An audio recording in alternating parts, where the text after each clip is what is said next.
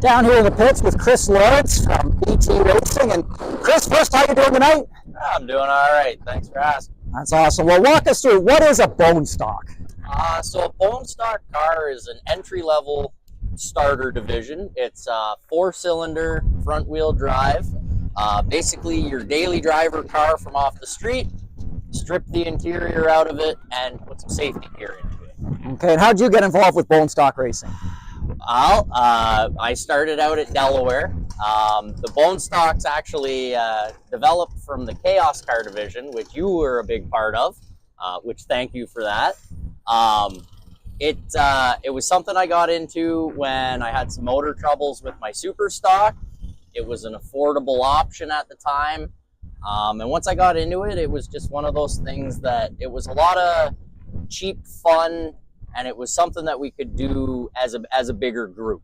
And speaking of the group, we've got a big group here today. So you've sort of become, you have a whole stable of these going on now. So walk us through a little tour. What do we got out here today? Yeah, so we've got a couple of our cars out here today. So this one here is going to be driven by our Delaware regular, Justin Culver. This is our Misfit machine. It's come to us, it's a little bit of a rougher car, but it's originally a Chevy HHR. Nothing really fancy to it. We got and then put the paint job on it for an endurance. The next one up we have is my ride for the day. I'm driving Hannah Hamilton's car. This was actually my wife's daily driver before we turned into a race car. And then the last one in the fleet for today is a newer addition to us. This is our Acura.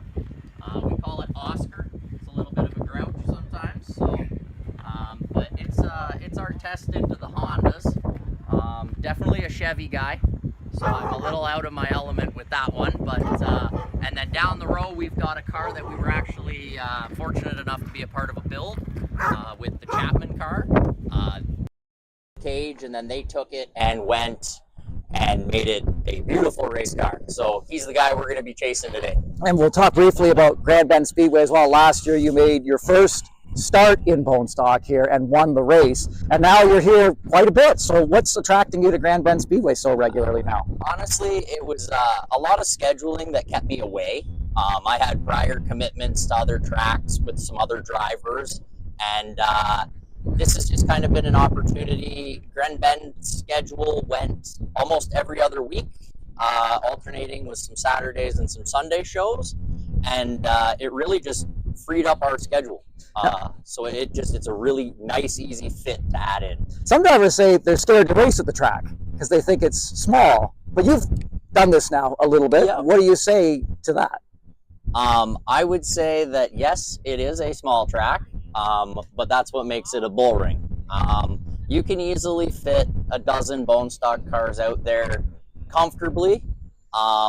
It makes for some interesting racing. Everybody does have to be patient because everybody's driving the same track. But it's not your big half-mile super speedway like Delaware, but it is definitely fun, tight, close quarters racing. So a different style of racing, and you don't seem afraid of it at all.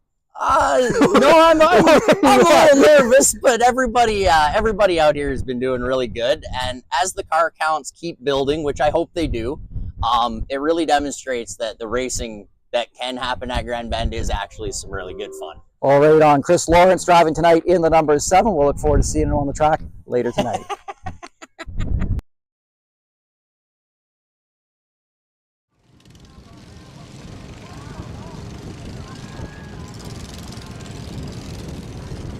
And once again, good evening, race fans, and welcome to Grand Bend Speedway. We are getting ourselves underway with the ultimate entry-level division, the Pro Karts, which during the week are the Go-Karts, but on Saturday nights we call them the Pro Karts because we run them in an actual competition here on the track.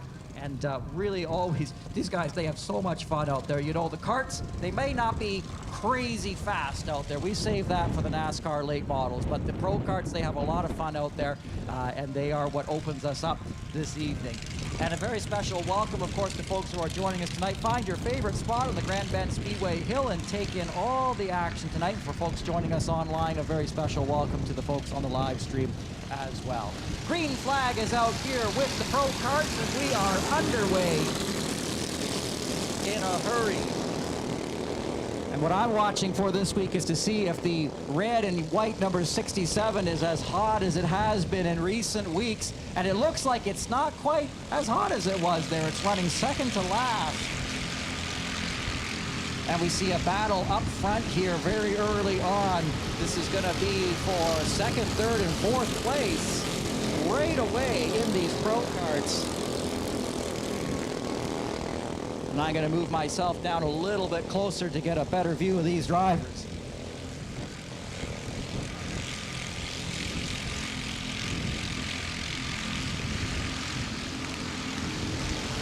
Your leader out front is the 99. That's Brady Fletcher.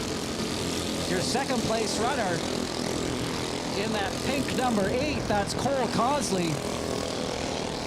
As for the 43, that's John Green, and the 52, that's Chris Hopp. And it really is second, third, and fourth that have found themselves stuck together like glue here. And there goes that 43 now. John Green to the inside of the pink number 8, who tries to pinch him off a little bit on the inside.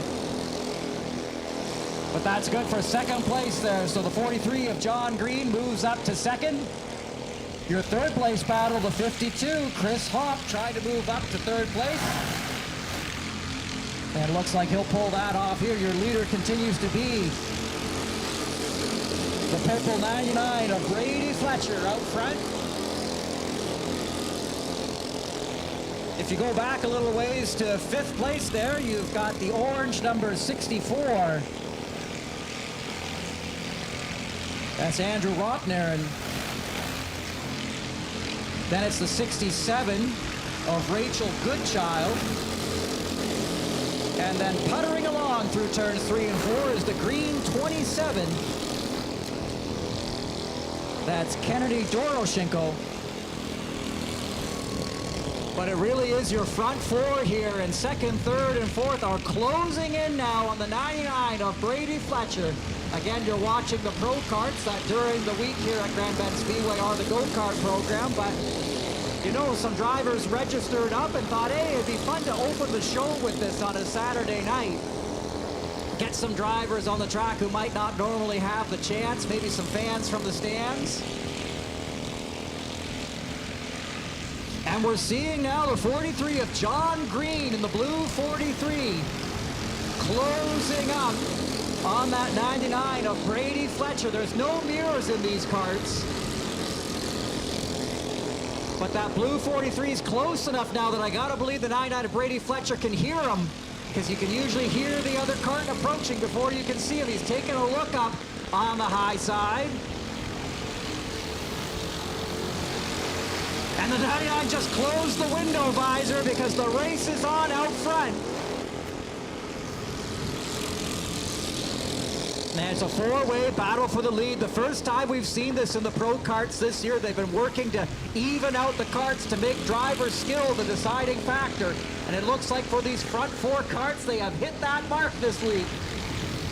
Your leader, the 99 of Brody Fletcher, leading the way. The 52 sneaking to the inside. That's Chris Hopp getting a look on the inside of the blue 43. Oh, and we get a spin out on the track. This could bring out the first caution of the season for the Pro Karts, and it does. Our first caution of the season for the Pro Karts. I think our first caution ever for the Pro Karts.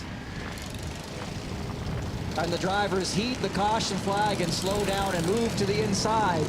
Safety ATV is going to go out there and collect the field. And again, the blue 43, I don't think any trouble there for John Green back there, but he is going to need a push. And now that the karts have been collected, we'll get the safety crew out there. We're a little extra cautious with the Pro Karts in deploying the safety crew, wanting to make sure we get the pace vehicle out there first part of the reason for that is a lot of these drivers are really super new.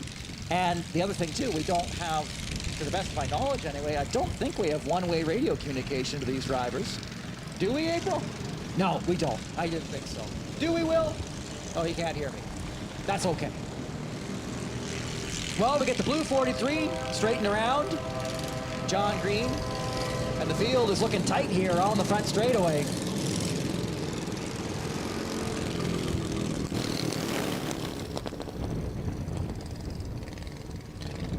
And so the safety crew going to be heading off here out of the turn 1 exit. Starter Will has the white flag in his hand.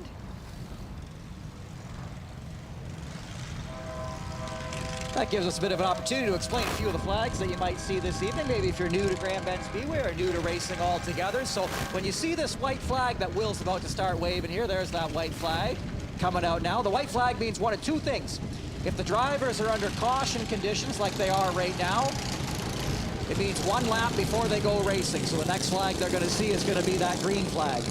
If they're racing and you see that white flag, it signals to the drivers 1 lap to go. So 2 ways you might see that white flag wave tonight. But the next flag these drivers are going to be seeing is that green flag that's going to set them loose. The other flag you're going to be watching for isn't really a flag at all, but Will be taking 2 of the flags and making a shape resembling an X. When you see that, that indicates to the drivers the race is half done. So watch out for that halfway marker coming up soon. Heading down the front straightaway here, we mash the gas, the green flag flies, drivers checking out of line, and the 43 with a wicked launch there. And we're right back where we left off, side by side for second place. Everybody chasing that 99 of Brody Fletcher out front.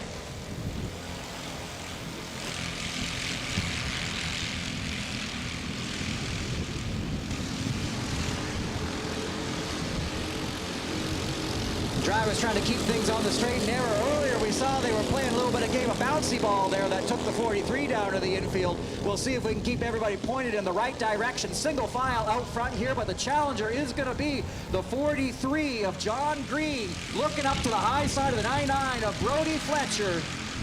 The 8 of Cole Cosley waiting in 3rd place with the 52 of Chris Hoff not far behind. They're looking over their shoulders. The 43 of John Green cutting down to the inside there. He's right on the back bumper now, the 99 of Brody Fletcher. Looking up to the high side. He's going to have to commit to the bit because here comes the cross flags from Will up in the flag stand. They see the halfway marker here. Single file up front, but everybody's right on the bumpers. Those big rubber bumpers, these karts are pretty forgiving actually if they get into the side and bumpers of each other. You see the 52 of Chris Hopp giving a bit of a bump there to that pink 8 of Cole Cosley. But somebody's going to have to pull out of line to make this work. The 43 of John Green just pushing the 99 into the corner. That's pressure if I ever saw it here, but it's a 4-way train up front here. And the 43, he's waving, he's saying, get out of the way. Man, Proker, you got to pass him, John. You got to pass him. Either get down, you're not going to get down to the inside on him. He's locked down low. But the 8 now, moving up the groove here as the 52 of Chris Hopp tries to make a go of it on the high side.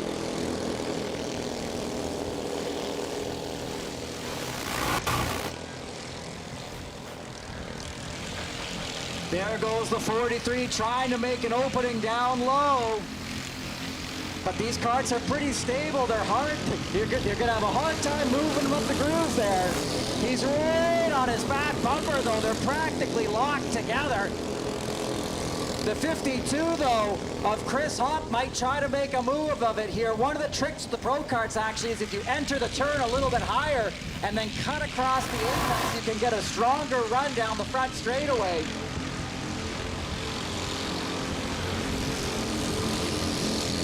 There goes the 52. He's going to try it. Maybe he heard me.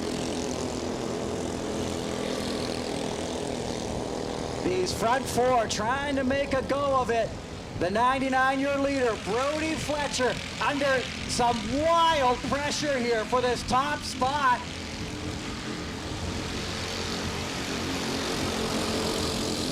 Just hanging on. Here comes the number 8. Cole Cosley gonna try to make a go up on the high side. Just can't quite get the run he's looking for. But now down the back straightaway, maybe if him and the 52 got paired up here, they're gonna trade spots again, the 52 of Chris Hopp. And more contact out front again, the 43 of John Green. Just a push at this 99 of Brody Fletcher. Here in the Pro Kart division. These are the go-karts that we run during the week here at Grand Bend Speedway. We don't really run them like this, though, with the public. This is for the Pro Karts on Saturday nights.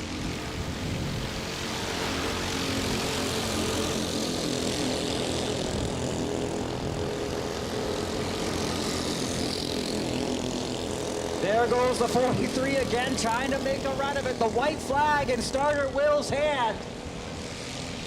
For all the marbles here, because we're coming into the final lap. White flag flies, final lap for the 99 of Brody Fletcher. Everybody tucking into line, hugging that bottom there as tight as they can. Now the 8 of Cole Cosley trying to make a look to the outside of the 43 of John Green. The 52 is there as well. And now down towards the front straightaway. Check a flag in the air for the 99 of Brody Fletcher, your winner. Then it's the 43 of John Green, and then the 52 of Chris Hopp.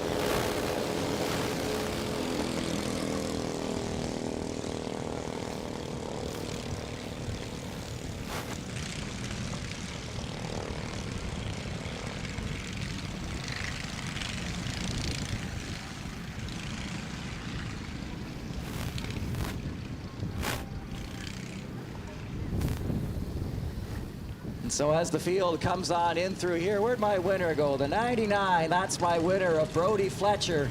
That's who I want to see. There's our winner. Everybody else is going to head on out.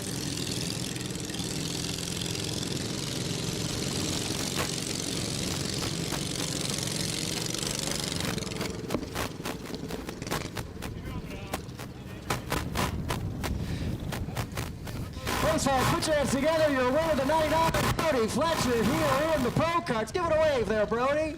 Oh, you give it a wave. That's what happens when you win the race. You've never won before. Well, tell me, you were.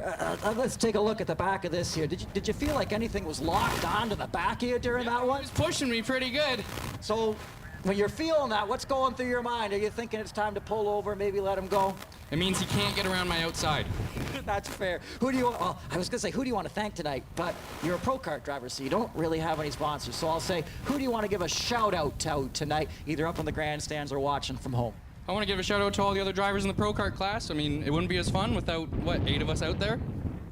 And it's been growing and growing, and we look forward to seeing you out there in feature race number 2. Brody Fletcher in the 99, your winner in the Pro Karts. We'll see him later, just after the intermission tonight.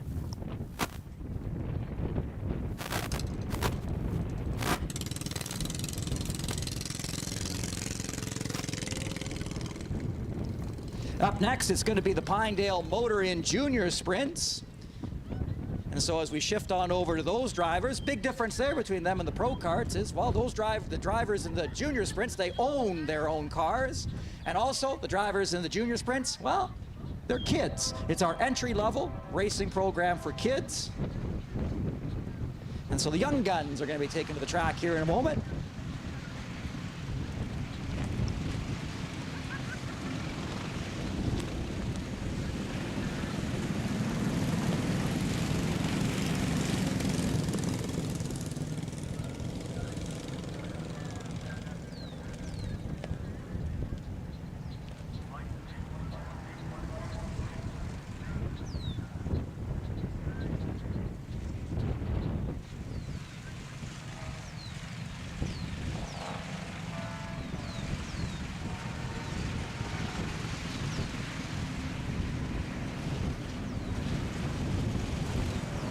So this will be heat number 1 for the junior sprinters.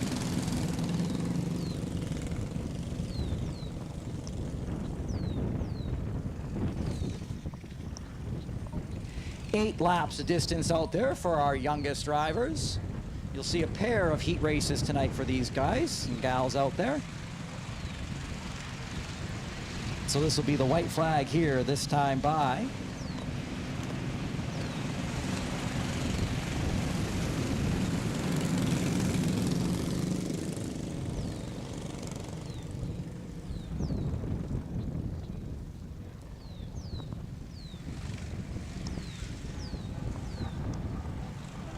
It'll be the Watson machine, the purple number 2 of Blake Watson, that's going to be leading us to the green flag tonight.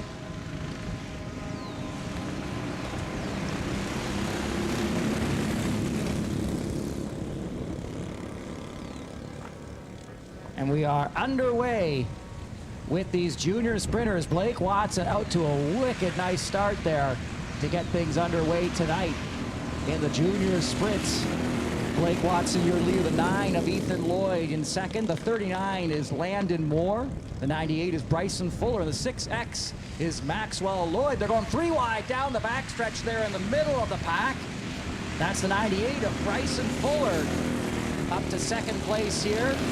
The 39 of Landon Moore running in third. The 6X of Maxwell Lloyd, looking for him to make the big move here. He's usually a strong front runner in the junior sprints, but the one thing you find week in and week out is the drivers, especially the new ones, they get faster and faster and faster. And so the 6X of Maxwell Lloyd has found himself in some pretty fierce competition here for second, third, and fourth, as the purple number 2 of Blake Watson just running away with it here on the front straightaway, taking the halfway signal. All eyes though on the fourth turn here with the 98 of Bryson Fuller, the second place runner. They're side by side for third. The 6X of Maxwell Lloyd putting the pedal to the metal here. He's on the move now, and he's free up on the high side. That's good for second place for the 6X of Maxwell Lloyd. And we'll see what happens here now that he's got some open racetrack in front of him. Blake Watson, that purple number 2 out front. We'll check in with her at the start-finish line here. She won her first ever feature race last week, and she's going to back that up here, likely with a heat race win, because we're already seeing the 2 laps to go signal here from starter Will up in the stand. And Blake Watson's going to be seeing that white flag here this time. 1 lap to go for the purple number 2 of Blake Watson going into turn 1. As she makes her way now down the back straightaway, crossing in through turn 3. Passes the apex, and now down the front straightaway. Put your hands together. It's the 2 of Blake Watson, your winner, heat race number 1. Bit of a battle shaping up for third place. We'll check in with that. Just 6X's Maxwell Lloyd. Battle for third is going to be settled with the 98 of Bryson Fuller, 39 of Landon Moore, and the 9 is Ethan Lloyd. And that'll do it there for heat race number 1. Clean and green all the way through, and Blake Watson back to a victory lane here now, with a win here again in the 8-lap heat race. Junior Sprint Racing is sponsored by Pinedale Motor Inn. A very special thanks to the Pinedale Motor Inn here in Grand Bend for their support of the youngest racers here at Grand Bend Speedway. If you're looking for a full schedule of events, all the fun happenings at Grand Bend Speedway throughout the summer, make sure to hop on grandbendspeedway.ca. Got our full summer schedule up there, as well as the full schedule for the go-karts that run during the week. Grand Bend Speedway, we sort of play 2 games up here. We are a NASCAR Advanced Auto Parts weekly series track on Saturday nights and the occasional Sundays throughout the summer for the Cobra Tire Cup. During the week, we're a tourist attraction. We are the go-karts here up in Grand Bend, the only go-karts. What's a beach town without some go-karts, right? And so that during the week, that's what we do up here at Grand Bend Speedway. You saw the pro karts out there earlier. It's the same karts. We use those for the go-kart program during the week, and we rip them around here on Saturday nights for fun during the weekly racing program. And they are fun to drive. They are a lot of fun, those go-karts during the week. But, you know, there's nothing that quite beats the speed and thrills that you're going to see here in the NASCAR Advanced Auto Parts Weekly Series program. We got a great group of bone stocks here for you tonight. You're going to see the pro late models in action. continuing to develop that program here at the track, and that's really what it's been all about here at Grand Bend Speedway recently, is really developing these programs and stepping into that NASCAR Advanced Auto Parts Weekly Series deal, and really showing the possibilities out here at Grand Bend Speedway. You know, back when it opened in 1996, it was a much smaller track. I'd say probably about half the size that it is today. It was later expanded to the quarter-mile track you see here. And we run the small cars on it, but you're going to see in a little bit here, we also run the big cars, and they are a ton of fun out here on this track. Your running order looks like this. The 18H is Edwin Hyde, the 10 is Tyson Fusil, the 75 is Celian Collins, and the blue number 6, that's Alexis Eaton. 4 cars make the call here for the 6.5 horsepower junior sprinters. This is the kids program, the entry-level program. As we head on now down the front straightaway, starter Will shows them the green flag. They mash the gas, and we're racing, looking almost 3 wide, going 3 wide here into turn number 1 for just a flash. 18H of Edwin Hyde in control of this one here, but the 6 of Alexis Eaton there got a good start. She slots herself into a second place position as the 18H of Edwin Hyde continues to lead the way down the front straightaway. Running order looks like this. 18H, Edwin Hyde. 6 is Alexis Eaton. The 10 is Tyson Fusil. If you're looking at that number 10 and you're a fan of Ontario motor racing history, you're going to recognize that number 10. It's a lookalike to the classic Tammy 10 Super Modified, right down to how they did the roof line on that there. The wings on the junior sprints are not functional wings, but on the super modifieds they are, and the Tammy 10 had that very distinctive swoop on the back of it there, and so the 10 of Tyson Fusil. First time I saw that one out there, I was like, I recognized it right away. The Tammy 10 classic super modified driven by Harvey Lennox here in Ontario, and a lot of the race fans recognize that one as a famous one in Ontario racing history. Back up front is the 18H of Edwin Hyde. 6, Alexis Eaton. 10 of Tyson Fusil. 75 of Celian Collins. And the battle looks like it is going to be the one to see out front is the 18H of Edwin Hyde and the 6 of Alexis Eaton. These two drivers have found each other certainly here. The 6 of Alexis Eaton still a little ways back, not able to quite mount the challenge just yet.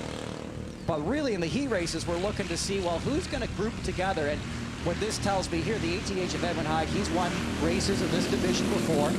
And so if the 6 of Alexis Eaton is keeping with him here in the heat race, that suggests to me that when the feature race rolls around later on tonight, that the 6 of Alexis Eaton will certainly be in contention along with that 18H of Edwin Hyde, and of course the top runners that we saw in the previous heat race. White flag flies here. 1 lap to go for the 18H of Edwin Hyde, and it looks like this one's gonna just be a simple finish here, provided everyone keeps this thing on the rails here out of turn 4, and we do. And so down the front straightaway, check the flag for your 18H of Edwin Hyde. 6 of Alexis Eaton, good for second. Our Tammy 10 number 3, Tyson Fusil for third. And the 75 is Celian Collins. That was for 4th place. And so it is the 18H Edwin Hyde, our winner here in the Pinedale Motor Inn Junior Sprints. As he swings on down the front straightaway, race fans, put your hands together for the 18H Edwin Hyde, your winner. The Pinedale Motor Inn Junior Sprints. Want to recognize for fans up here in the grandstands tonight, especially if you're new to Grand Bend Speedway and you're looking for the food, where you'll find that is behind turn 2. So turn 2, by the way, if you're brand new to the track, turns, they're numbered. So where the 18H of Edwin Hyde is right now, we call that the front straightaway. Where he's headed right now, that's turn 1. He's going to take a hard right here off to the pits. If he kept on going to the other side of that turn, we call that turn 2. And if you look behind turn 2, you're going to see a garage back there that has a label on it. It says the Outside Groove Diner. And that's where all the awesome food is at. They've got the Sub Factory with fresh baked buns and fresh cut meat. The Outside Groove Diner also has pizza and supreme nachos. The Ice Cream Emporium in there. They've got the hard serve ice cream. And so if you're looking for some ice cream on a toasty night at Grand Bend Speedway, make sure you go check out that Outside Groove Diner. So these are the NASCAR Pro Sprints. This is a developing division at Grand Bend Speedway. We added them to the schedule this year after a couple of drivers approached us and said, we want to bring this back. And you might say, well, what is this? These cars look they look kind of similar to those junior sprints, but they're bigger. They're driven by adults, and those wings on the top of them, unlike the junior sprints, these wings are not for show. These wings do produce downforce as they go under the turns. They've also got the side wing there that helps them as they're going through the turn. And so these cars, they're getting sucked down to the pavement. And just you wait until they mash the gas here. Because when they start ripping around in these they're powered by snowmobile engines, so if it starts to sound a little bit wintry out here, you might understand why. But as they get doubled up here, you're going to be seeing these drivers here. When they get ripping around this track, it's something else. These pro sprints, NASCAR pro sprints, are descendants very much of the old 440s. They call them the 440s that raced here at Grand Bend Speedway a number of years ago. And so with that, they were able to come up with a new package to be able to bring this type of vehicle back onto the track. And it's been a lot of fun to see here over the last few weeks what they've been able to do with it. So as they come on down the front straightaway, they're set to mash the gas. Here we're off and racing with the NASCAR Pro Sprints, a developing series at Grand Bend Speedway. The 31 is Adrian Kemps. The 01 is Logan Chapman. The 31K, that's Brent Kemps. And it's the Kemps who are out front right now, the father-son duo. But the 01 of Logan Chapman's looking a little faster this week, as he is the third vehicle to be introduced to this division after the Kemps got in contact with us in the off-season to try to get things going again. If you're watching from home and you're looking at this and going, hey, I've got a 440 sprint car back in the garage, what would it take to get it on the track?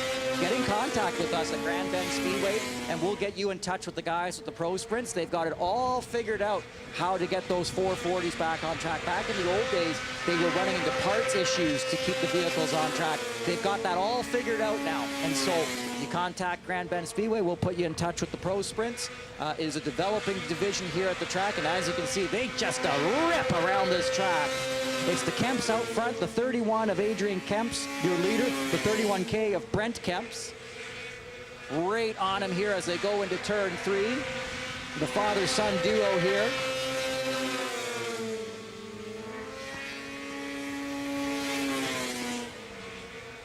And they are looking fast out front here. Laps are ticking down though.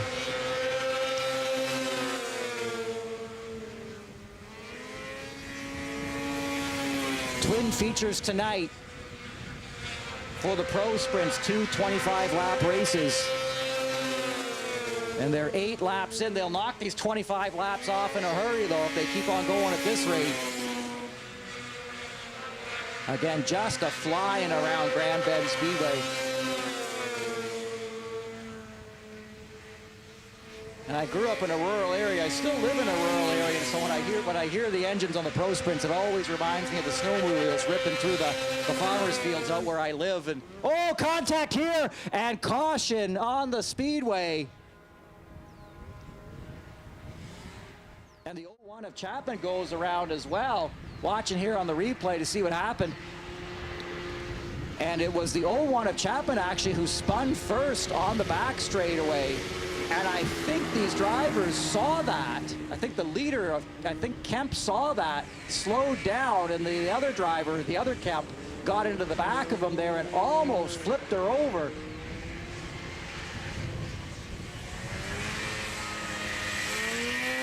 I saw a group of spectators walking through the front gate right when that happened. You guys got a show right there as you were walking in. These are the NASCAR Pro Karts here, and they are, again, they're getting their white flag here 1 lap before they go back at it. I think scoring basically said everybody was involved in that in the end. But again, it was actually the 01 of Chapman spinning on the back straightaway first, and the other 2 drivers who were leading, they saw that. I don't think the second place driver saw it though and ran up into the back of the 31 of Adrian Kemps. Down the front straightaway, we mash the gas. Once again, we're racing with the NASCAR Ontario Pro Sprints. 16 laps to go when they took the green flag there. The 31 of Adrian Kemps, the 31K of Brent Kemps. Keeping locked together here. 15 laps to go.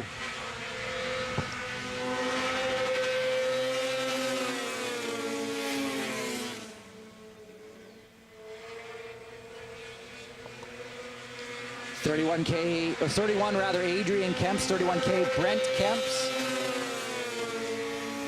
Just took the halfway marker, 13 laps to go. Here a day after Friday the 13th, yesterday, so hopefully these drivers are feeling lucky. 12 laps to go. And again, for those watching from home, these are the Ontario Pro Sprints. They're based on the old 440s that used to race here at Grand Bend Speedway, as well as the ones from Wonderland Speedway. Wonderland Speedway, sadly not in operation anymore out towards London Way, out towards Landworth Way. But those 440 vehicles still hanging out in people's garages. And they've solved all the parts issues. So back in the day, I guess they were having issues getting replacement parts for the vehicles. But they've been able to kind of modernize some of the stuff on it. And the Kemps are showing how it's done out there out front. And it's a warm invite. Part of the reason we're running these drivers, even though there's only a trio of them right now, the idea is to show that these vehicles are fully operational. You can contact us, grandbendspeedway.ca, and we'll put you in touch with the organization, which is the Ontario Pro Sprints. They sort of manage themselves at this stage. We just provide the space to showcase the vehicles. And we'll see them back out later on tonight for their second of two 25-lappers.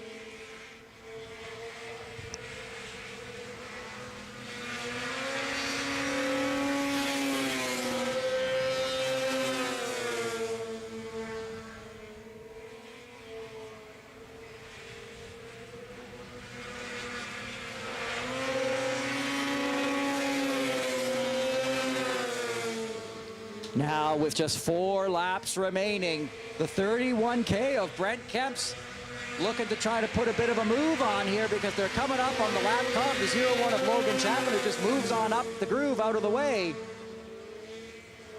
31K of Brent Kemp's maybe going to try and take one more run at it here. They're going to be seeing the 2 laps to go signal from the flag stand there. 31K of Brent Kemp's has been chasing all race long.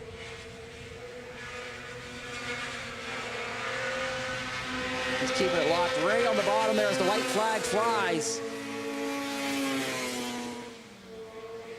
And the 31K of Brent Kemp's, I think, might have overdrove it just a little bit there. We saw him bobble and fall back just a little bit, so it'll be checker flag out here for the 31 of Adrian Kemp's, 31K of Brent Kemp's for second, the 01 of Logan Chapman. That's good for third. We'll go on down.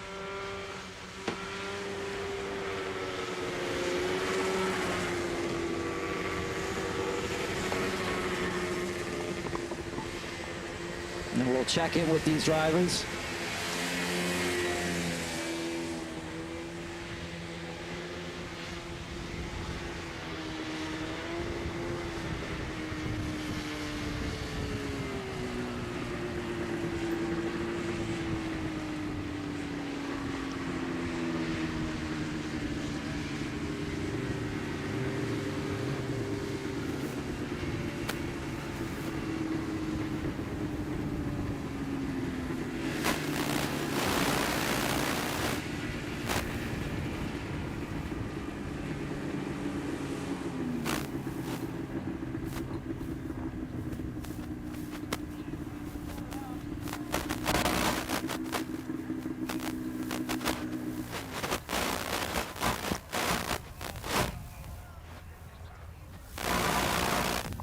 So we're down here now with Adrian Kemp, our winner. Congratulations once again, Adrian. What's it like out here racing with the family? It's, you can tell he was probably right on my butt, and I could feel him bumping me, so the competition's stiff. Things got a little dicey out there with that caution. What was going on there? I caught him ahead of time, so I let off before Brent maybe saw him, and Brent ran in the back of me. So that was probably my fault, but I saw him far enough ahead that I backed off. All right, well, congratulations. Give that flag away. We'll come on over here. We'll talk to Brent. Brent, how much fun is it whipping around here in these Ontario Pro Sprints? It's very enjoyable. I sure wish we could get all the registered cars we had last year out here to come race with us. These cars were in a sort born here back in the let's say late 2000s. They did run here before that as a non-suspended type car, but ever since the late 2000s, 2010s, it was like they were born here. It's an awesome size track. It's definitely set for tight competition, as you guys can see. A little extracurricular activities that I participated myself in, but hey, you got to keep it exciting one way or another, right? So I very much enjoy being back here. I think it was a step in the right direction, and hopefully there's more to come. Brent Kemps in the 31K will swing on over Logan Chapman. Logan, what's it like driving this thing here? You've been out here now a couple of weeks here in the 01. What's it like driving a Pro Sprint? So much fun. All right, that's Logan Chapman in the 01, and we'll send all the Pro Sprints back to the pits here. And we'll get geared up for our next competition.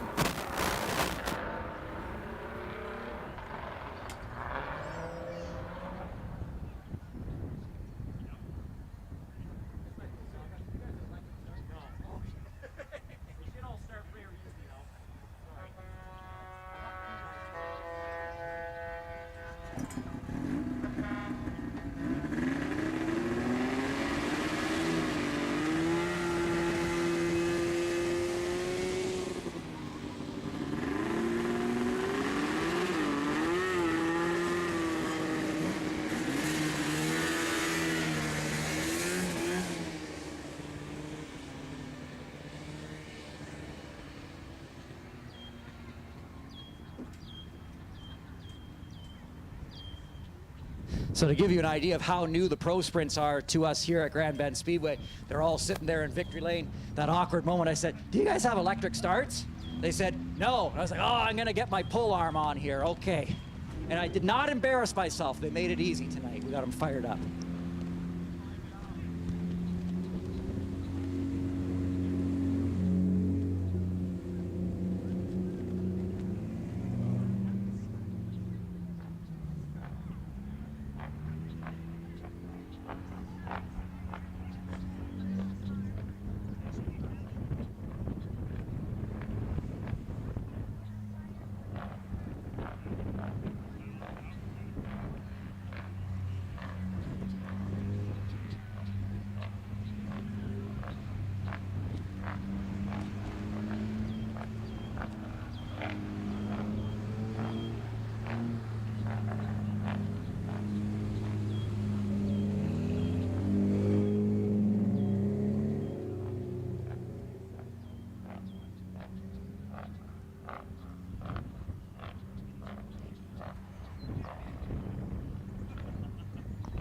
So now, shifting gears, it's the Bone Stocks out on track, sponsored by Dock Stater Property Maintenance.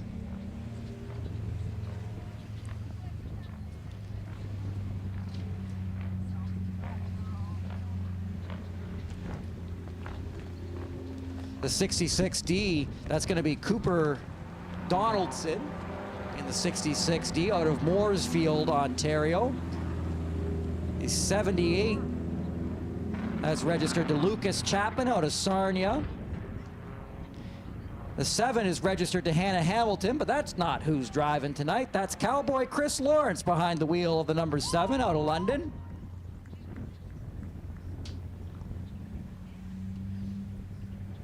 We recorded a special feature with him earlier on tonight where he gave us a little tour of his bone stock fleet there. He's got a bunch of drivers out tonight. We're so happy to have them joining us tonight.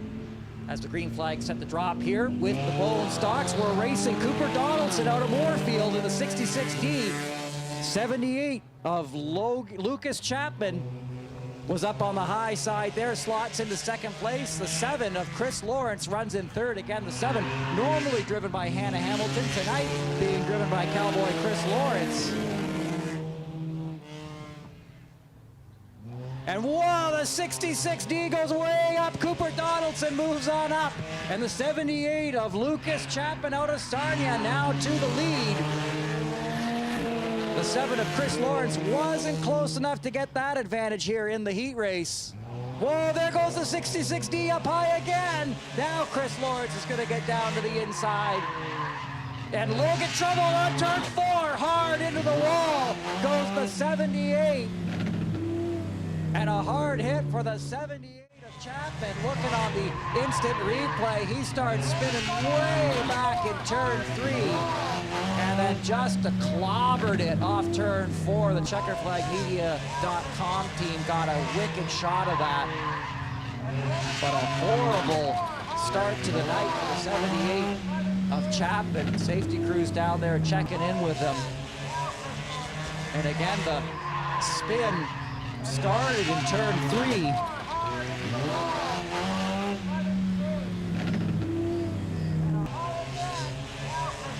So they'll check in with him here. It could be one of those things that just sort of looks worse than it is.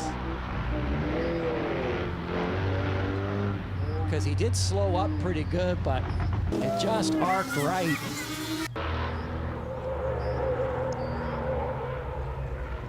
You know, the race fans are telling me the driver is A-OK. Put your hands together for the 78 Lucas Chapman. He's all right down there.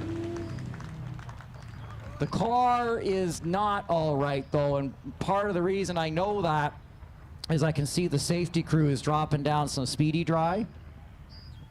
And that suggests to me that he might have dropped some fluid down there.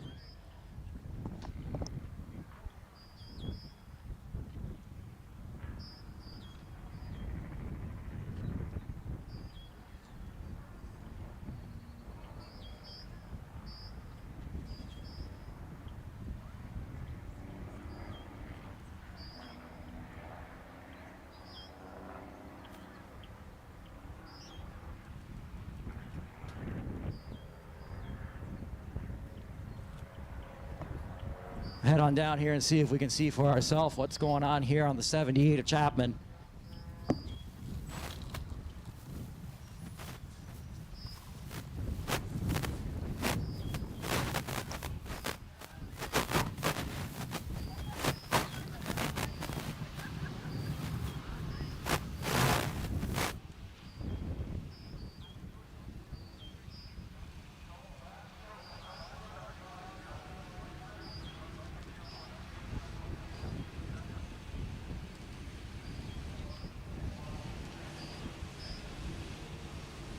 And yeah, they're just dumping a ton of speedy dry down here because the radiator is popped.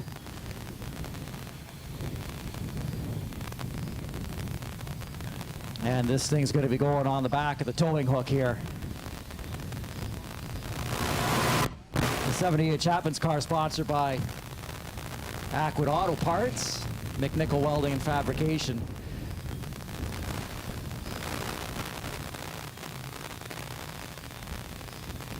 But yeah, the driver A-OK. He's actually just going to stay in the car, and they're going to, as they hook it up onto the back of the tow truck here. In the meantime, safety crew doing a good work here, throwing down all the speedy dry they can. Helps get the track ready for racing.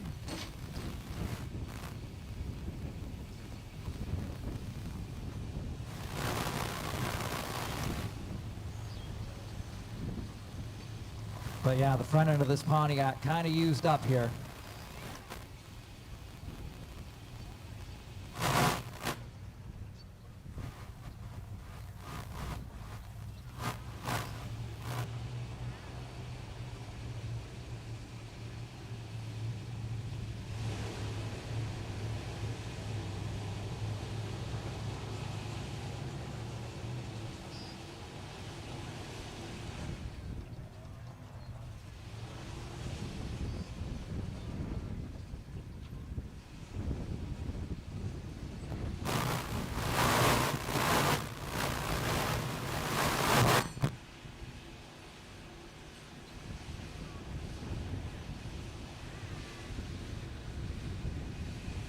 Certainly a hard start to the night here for the 78 here in the bone stock class. The first of two heat races.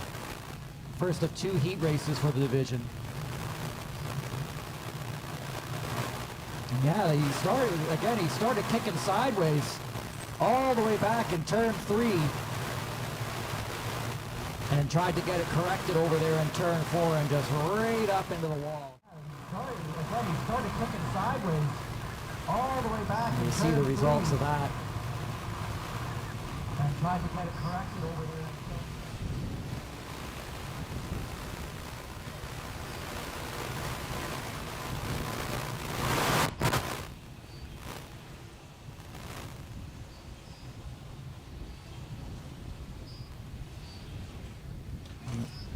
There they go. They got the car lifted up now.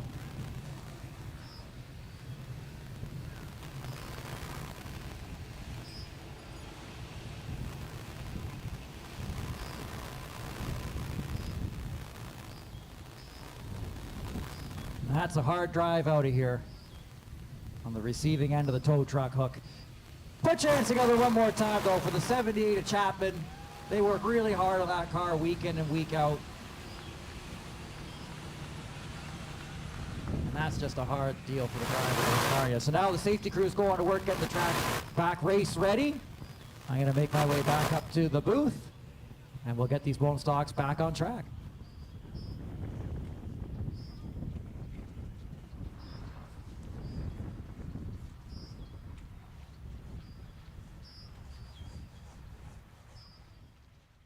Special thanks to our supporter, MyFM 105.7 Strathroy and 90.5 Exeter.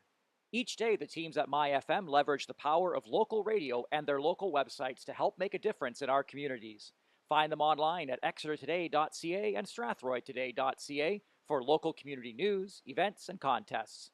You'll find them on the radio dial at 105.7 FM in Strathroy and 90.5 FM in Exeter. For a full schedule of Grand Bend Speedway events, visit grandbendspeedway.ca.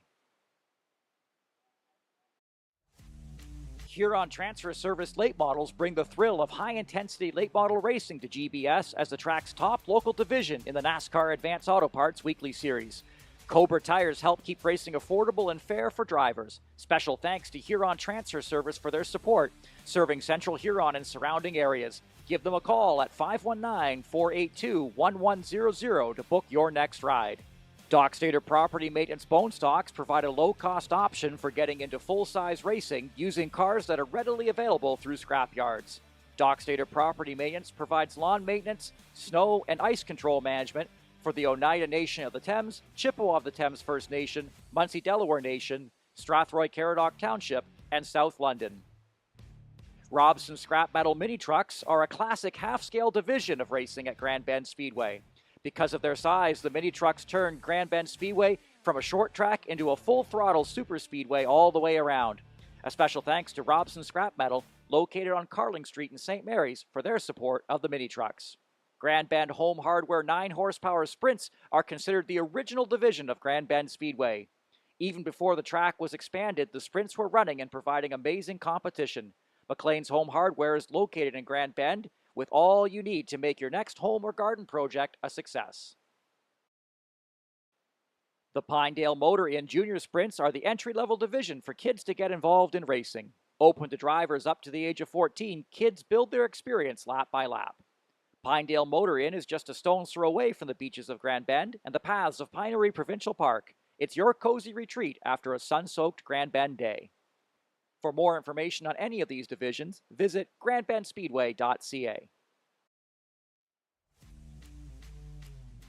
Special thanks to our supporters.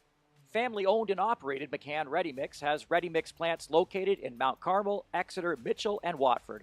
They offer a wide variety of other services ranging from concrete construction, excavation, aggregates, and draglining. Marshman Engines has been a long-time supporter of competition at Grand Bend Speedway. Keith Marshman has been a trusted and reliable source for small engine repair, maintenance, and diagnostics. Thank you, Marshman Engines.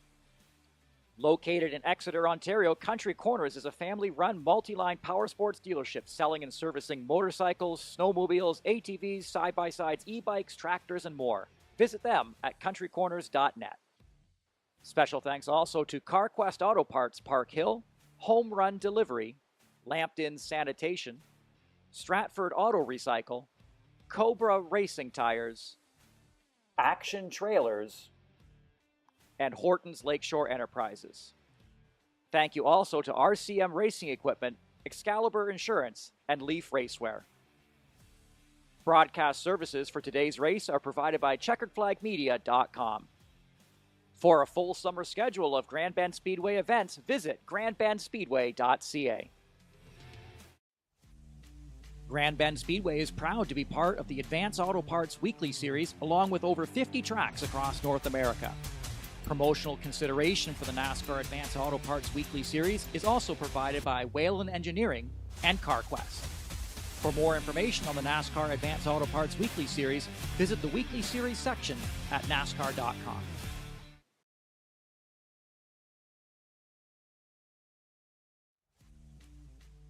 All new at Grand Bend Speedway in 2025 is the Cobra Tire Cup Series, a 5-race series running on selected Sundays throughout the summer, with the season finale being held on a special 1-mile superspeedway course behind the traditional Grand Bend quarter mile. Visit grandbendspeedway.ca for more details. Grand Bend family go-karts are open daily at Grand Bend Speedway. Bring your family or bring your friends and take to the track this summer.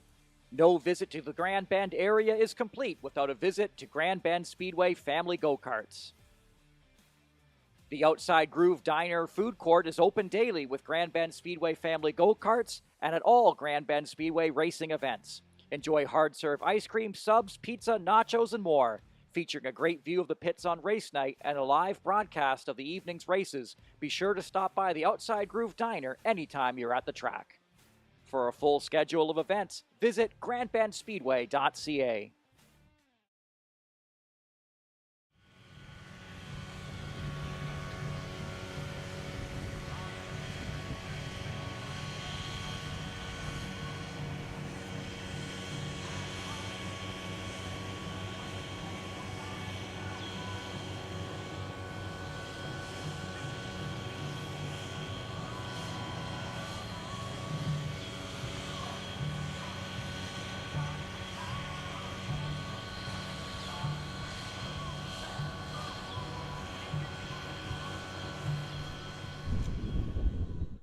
Down here in the pits with Chris Lawrence from ET Racing. And Chris, first, how you doing tonight? I'm doing all right. Thanks for asking. That's awesome. Well, walk us through, what is a bone stock? So a bone stock car is an entry-level starter division. It's a 4-cylinder front-wheel drive. Basically your daily driver car from off the street. Strip the interior out of it and put some safety gear into it.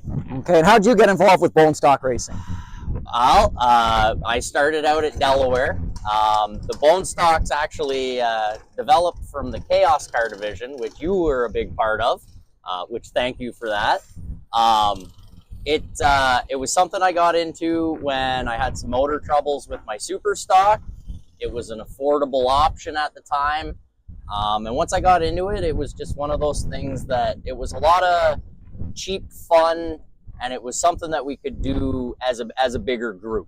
And speaking of the group, we've got a big group here today. So you've sort of become, you have a whole stable of these going on now. So walk us through a little tour. What do we got out here today? Yeah, so we've got a couple of our cars out here today. So this one here is going to be driven by our Delaware regular, Justin Culver. This is our Misfit machine.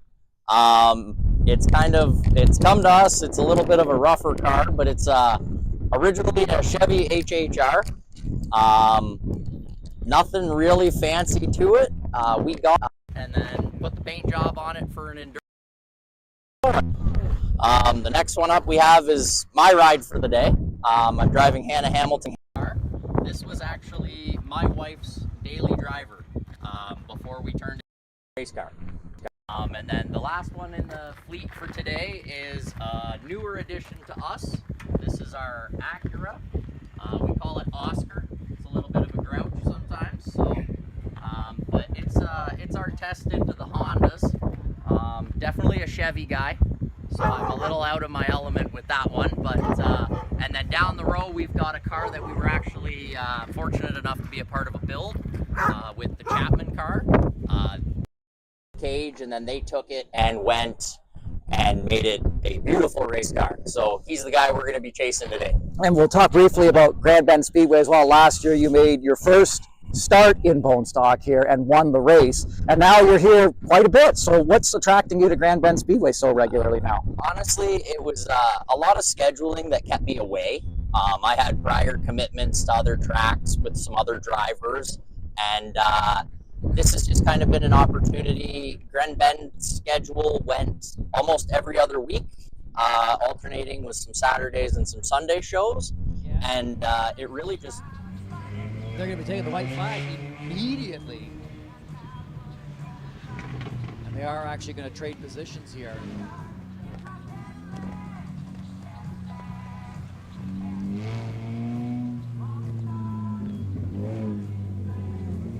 So they go to the running order, the last full completed green flag lap, and in the last full completed green flag lap, it was the 66D actually of Cooper Donaldson that was actually our leader. 7 is Chris Lawrence.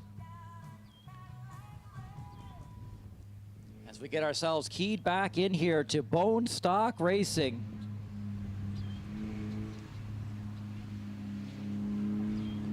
And down the front straight we go. We mash the gas here. We're back at it with the Bone Stocks. Following that extended cleanup there. Whoa! Hold on to it, buddy. He held on to it.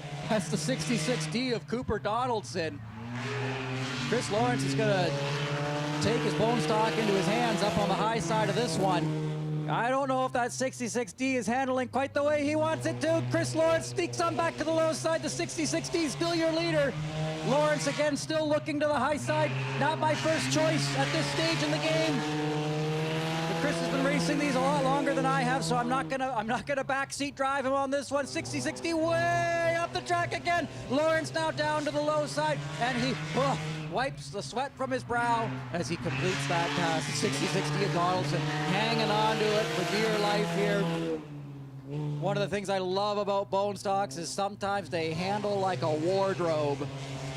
And here, the 60-60 is getting that car under him, and he's working hard. He's sideways again. Okay, we've got 3 laps left in this Bone Stock race. Can the 60-60 of Donaldson hold on to it? He's got a wheel full. The 7 of Chris Lawrence is your leader. Good news is it's just heat race competition. Still some time to go to the pits and make some changes. And it's also the first time I think we've seen the 66D out this year. And really fun to see another Bone Stock out here on the track. So a tip of the hat there to Cooper Donaldson for coming out and giving it a go. It's tough when it's handling like that, but he's making it work out there. Keeping it off the fence. Pointed in the right direction. And that's hard to do when the car is getting away from you like that. But it's going to be checkered flag down the front straightaway for the 7 of Chris Lawrence. And the 66D kept things interesting out there and also kept it pointed in the right direction. Cooper Donaldson out of Moorfield, your second place runner. Third place goes, of course, to Lucas Chapman, the 78, with the crash earlier in the event. So a lot going on there in that Bone Stock race. Invitational Bone Stock, sponsored by Dock Stater Property Maintenance.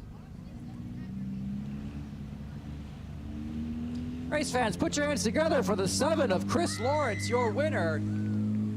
Snaps a heat race photo there.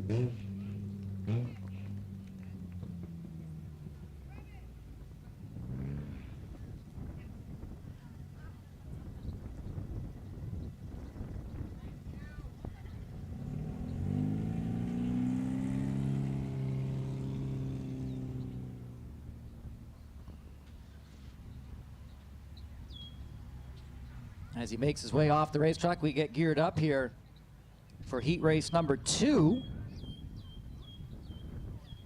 And this is going to be a pair of BT racing cars. So out of the Chris Lawrence stable, we're going to be seeing these drivers out there. We got the Misfit machine out front. You might think that should be called the Mystery Machine. That number 37 BT. But it actually says the Misfit machine on the side, although they're really going for that Scooby-Doo adventure there. As for the 50 BT, that's Darren Glavin driving tonight. Chris Lawrence said in the pre-race interview, they call the 50, they call it Oscar the Grouch. They say the car is actually kind of a grouchy one, difficult to get dialed in. And so it's going to be Oscar. This is I guess it's the childhood characters out there tonight. We've got the Misfit Machine out front going for a Scooby-Doo adventure, and then we've got Oscar the Grouch up there on the high side. It's going to be a one-on-one duel. These two cars come from the same stable. We'll see if they gave them the same stuff as they take the green flag down the front straightaway. Here in the Bone Stock Heat Race, the Misfit Machine 37 up to the high side. There goes Oscar the Grouch down low. Darren Glavin out of London up to the top spot. Misfit Machine, though, crossing down low, and the Misfit Machine will actually lead that lap. The 37 BT of Justin Culver. Oscar the Grouch in the 50, back down low. We got some dancing partners out here on the track tonight, folks, in this one-on-one duel. There goes the Misfit Machine down low, still gonna lead that lap. The 50 of Darren Glavin up high and crossing back down low. He's strong on the back straightaway, crosses again. Darren Glavin back to the lead. Crossover by the 37 BT. Takes the lead again. Back and forth go these two drivers. The 37 of Justin Culver once again here. The 50, oh, sideways goes the Oscar the Grouch. I guess the car is a little grouchy tonight. Can't quite keep it under him there. 37 of Justin Culver trying to make it work here, but now the 50 BT trying to get locked in here on the bottom side. Can he get in there? Washes up the track again. The handling just not there as the 37 of Justin Culver he can't seem to quite keep it locked on the bottom. That opens the door here for the 50 car and their teammates, so I think they are giving each other some room out there. You don't want to be loading these up onto the truck all messed up because you ran into each other, but when they're giving each other the lane here, they're just trading back and forth, back and forth. How many lead changes is that scoring? Do we know? Have we been keeping track? It keeps on being the 37 at the line. So these lead changes that are going back and forth aren't even counting. The 50 keeps getting him here on the back straightaway, but can't quite keep the handling. Okay, just keep it locked on the bottom. Mash the gas here. There he goes. Okay, he's got the groove going. The 50 takes the lead there. Darren Glavin, your leader now. And he's your winner. Whoa.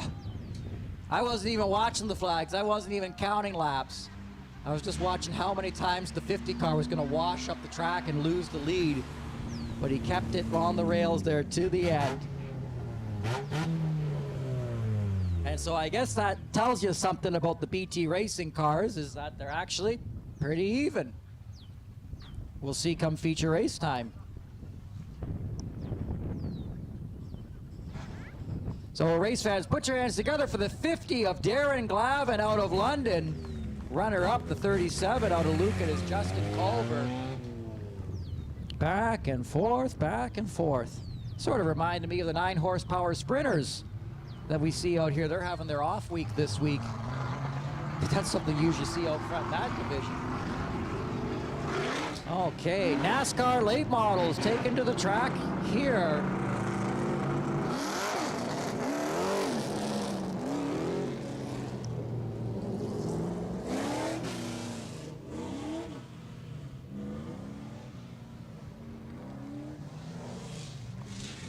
Eight-lap heat race up on the docket here.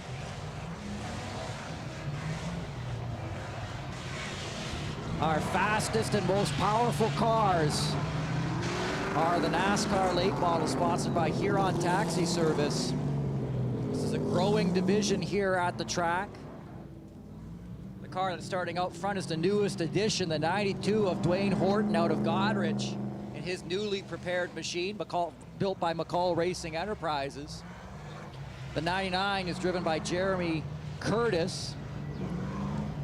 25 is Ryland Fashionado out of Goderich. As for the 67, that's Olivia Curtis. As the driver is building some heat in those tires there. Getting a couple warm-up laps in before we hit the road here for 8 laps the distance. In the wicked fast NASCAR late model division sponsored by Huron Taxi.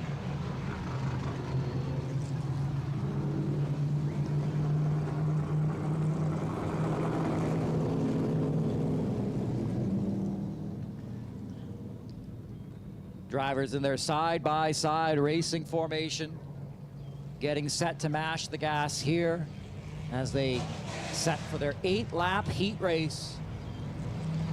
Sponsored by Huron Taxi Service, and now down towards the front straightaway. Will is waiting with the green flag, and we're off and running with the NASCAR late model, sponsored by Huron Taxi Service. Dwayne Horton in the 92, off to a good start. The 99 of Jeremy Curtis slots into line with a 25 of Ryland Fascinato, hot on his heels here.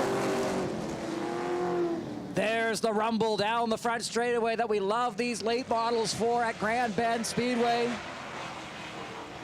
Horton, your leader, out of the 4th turn, will put the 2nd lap into the books, being chased by the 99 of Jeremy Curtis. All these drivers running the Cobra racing tires.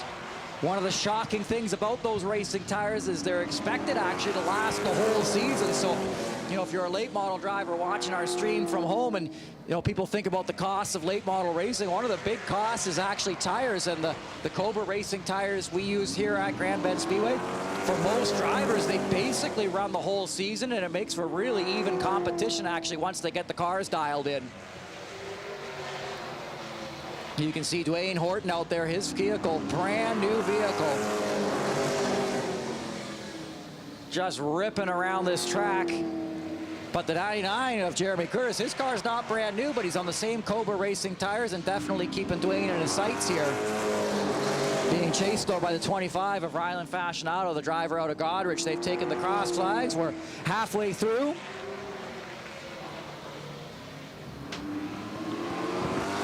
And there's your white flag, final lap for the late models here. Just a quick spin around the block, really, for the heat race. We'll see them out here later on for their feature race.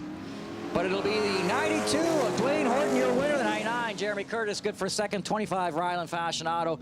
67 of Olivia Curtis rounds out the field in 4th. A few more late model drivers still registered who haven't seen out here at the track yet. We talked a couple weeks ago with Jonathan Schwemmler. He's working on getting his vehicle up and running.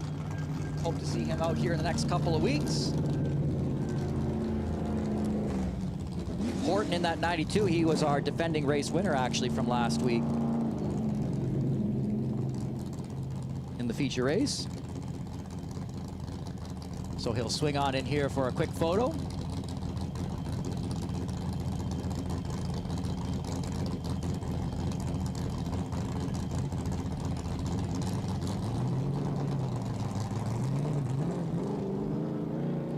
So race fans, put your hands together for the 92. Dwayne Horton, your winner.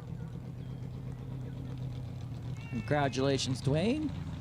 Again, just a quick little heat race around the block.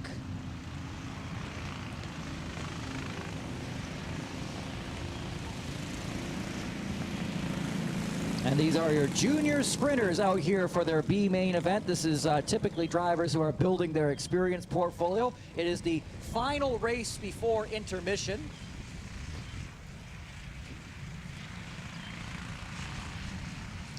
Now, if you're at Grand Bend Speedway tonight, maybe you're visiting, maybe you're starting your summer vacations early, even though there's still a little bit of school left, so it can't really be summer vacation, but great to take a trip out to Grand Bend Beach this time of year. At the intermission, anyone who wants to take a photo op with a checkered flag at the flag stand, I'll meet you down there right when the intermission starts if you want to get a photo with a checkered flag. Some of the families like to come down and get photos or a photo up there on the flag stand. Come on down, I'll meet you at the base of the stand there, and we'll get you up there for a photo opportunity if you like.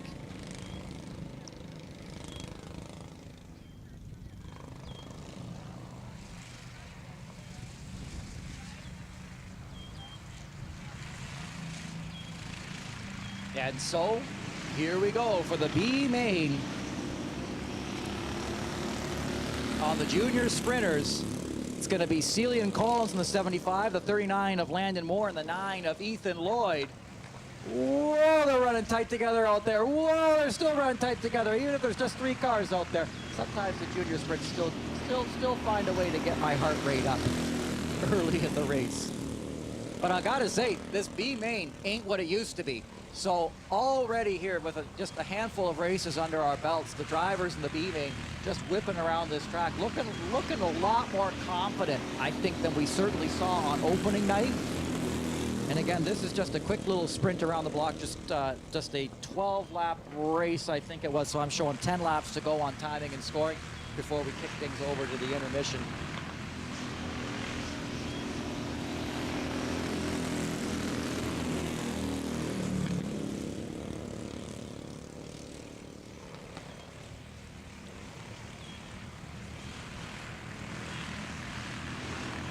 Landon Moore, your leader here off of turn 4. 75 is Celian Collins, 9 is Ethan Lloyd.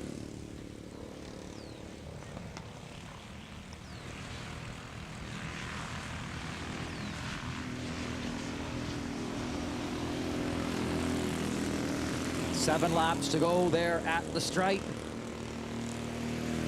Landon Moore, your leader. And again, the purpose of the B main, do we really need a B main? Technically, no.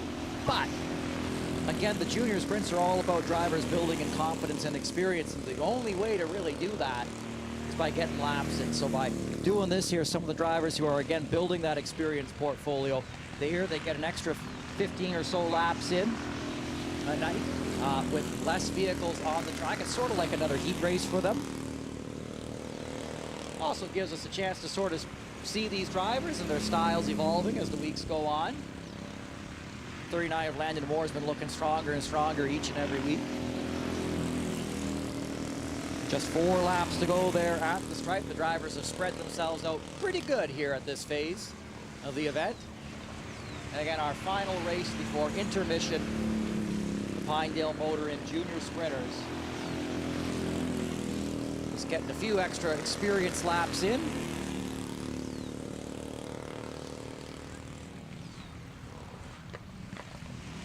Landon Moore in the 39 is actually going to come up on the 9 of Ethan Lloyd here with 2 laps to go.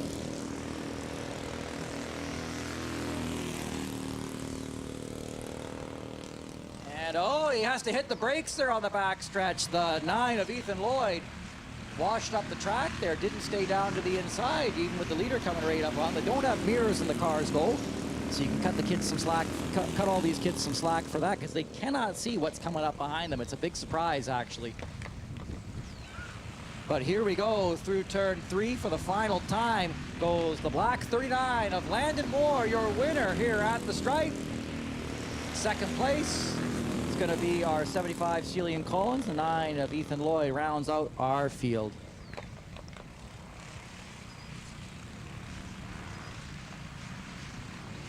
Okay, and so that'll do it here for the first round of events, Grand Bend Speedway, for Saturday night. We've got lots of racing to go here because we kick things over now to feature race competition. The Pro Kart Racing League will be back out for their 20-lap feature race. The Junior Sprints will run their main event, 20 laps. NASCAR Pro Sprints for 25 laps for their second of 2 feature races tonight. Then the Invitational Bone Stocks for 20 laps. And rounding out the evening, a 35-lap main event for the NASCAR late models. So again, if you're here at Grand Bend Speedway tonight and you're new and you don't know where the stuff is, if you looked behind turn 2 and you see that building that's labeled Diner, Outside Groove Diner, that's where they've got all the food.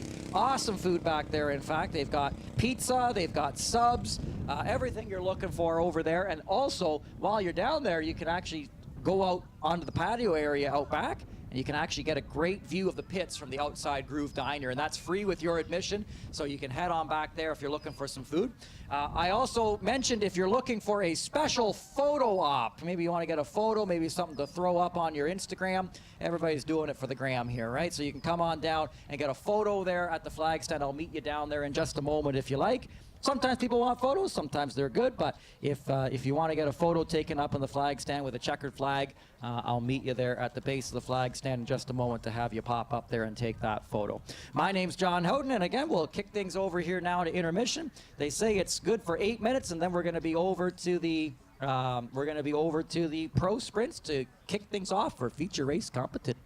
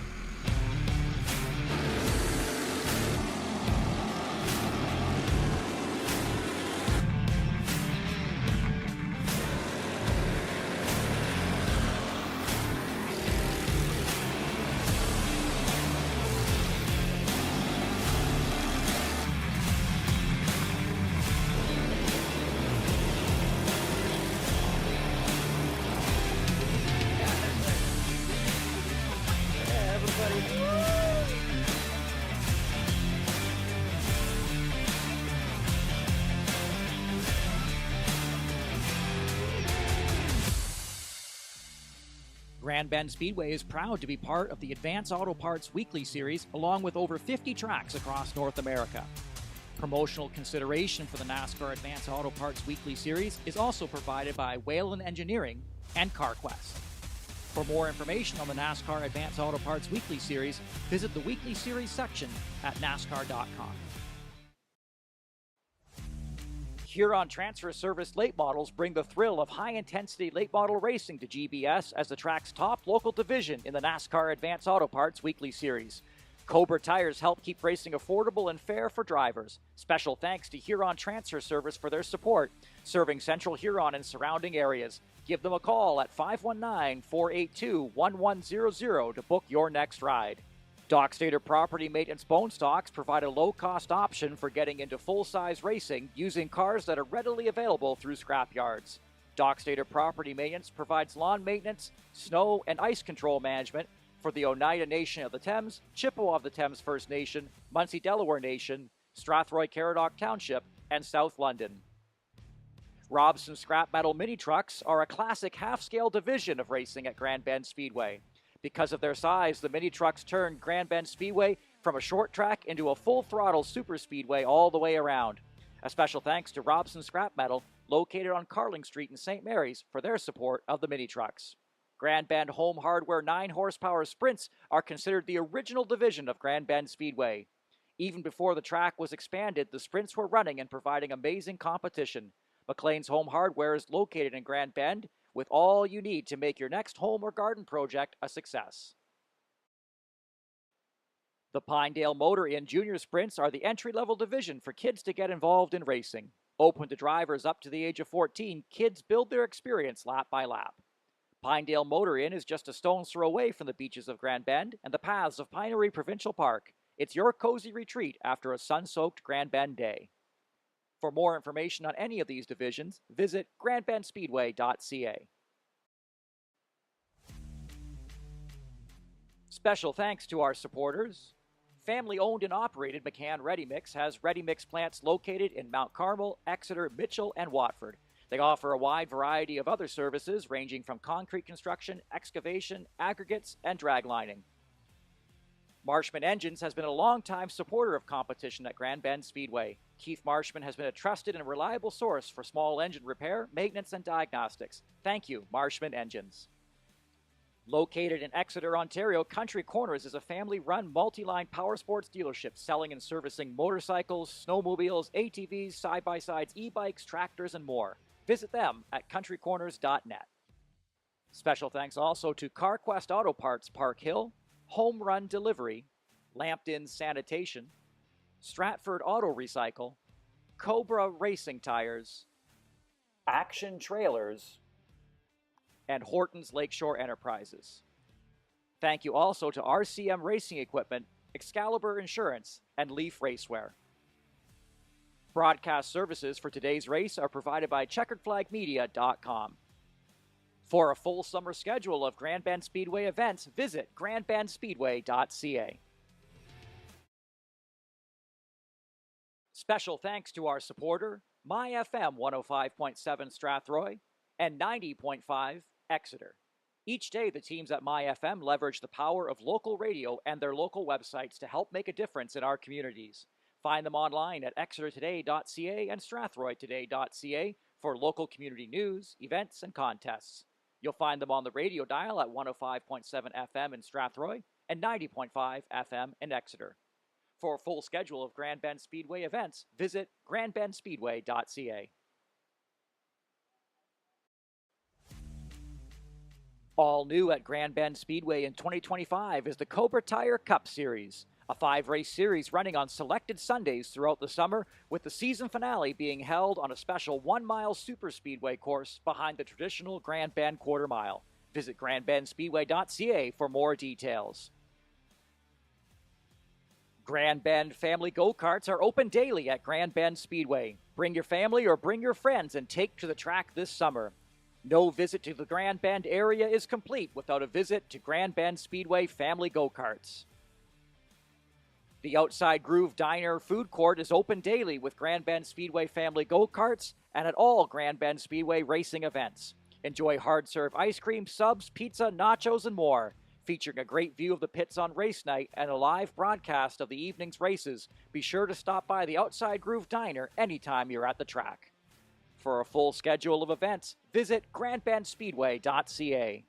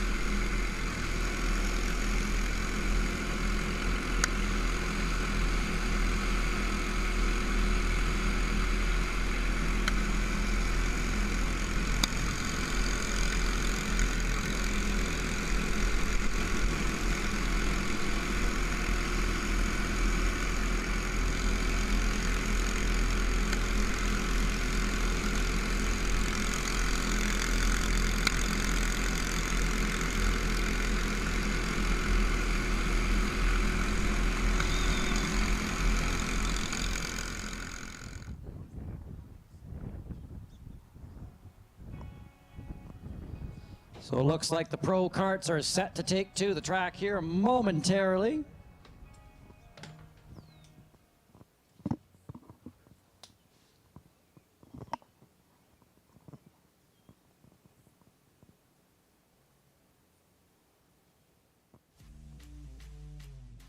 Special thanks to our supporters.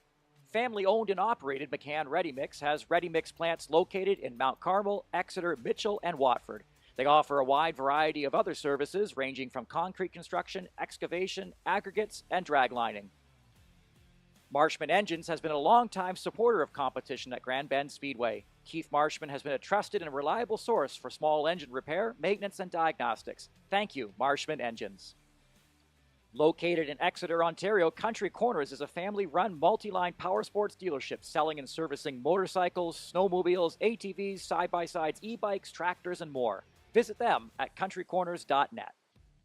Special thanks also to CarQuest Auto Parts Park Hill, Home Run Delivery, Lambton Sanitation, Stratford Auto Recycle, Cobra Racing Tires, Action Trailers, and Horton's Lakeshore Enterprises.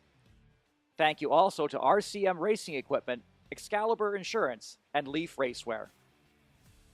Broadcast services for today's race are provided by checkeredflagmedia.com.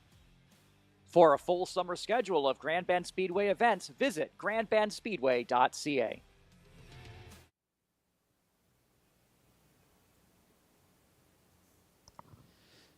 So we're all set to go here momentarily with the pro karts.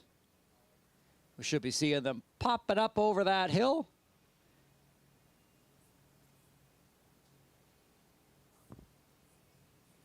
They've got them fired up back over by the diner where they're staging. That's where their garage is located. I see the officials are all in position.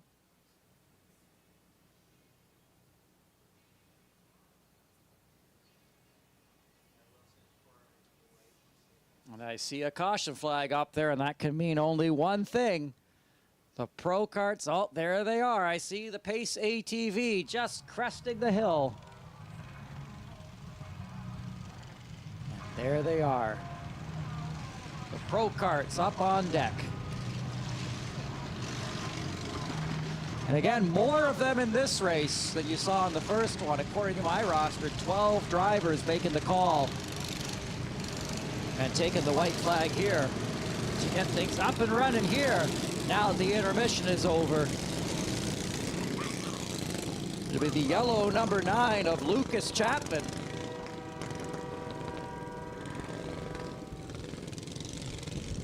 Starting up front here on this one.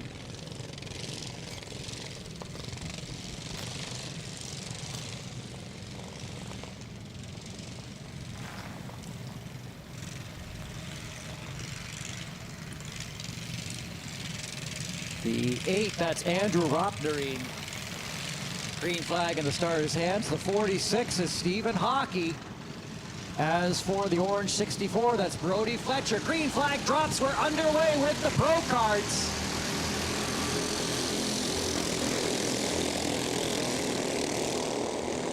As the drivers working to get up to full speed, bumping and banging at the front of this one already. The yellow number 9 of Lucas Chapman's got the 52 of John Green. Up on the high side, the drivers redrew for karts, so it's all different drivers in different karts now.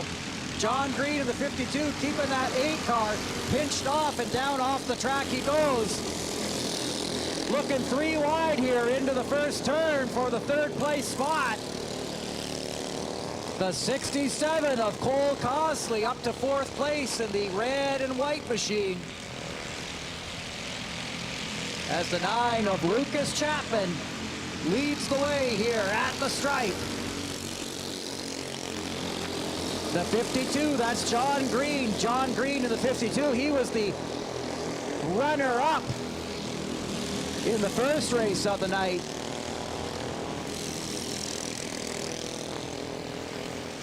Your battle for 3rd place is with the 8. That's Andrew Ropnerine. Being pushed by the 67 of Cole Cosley.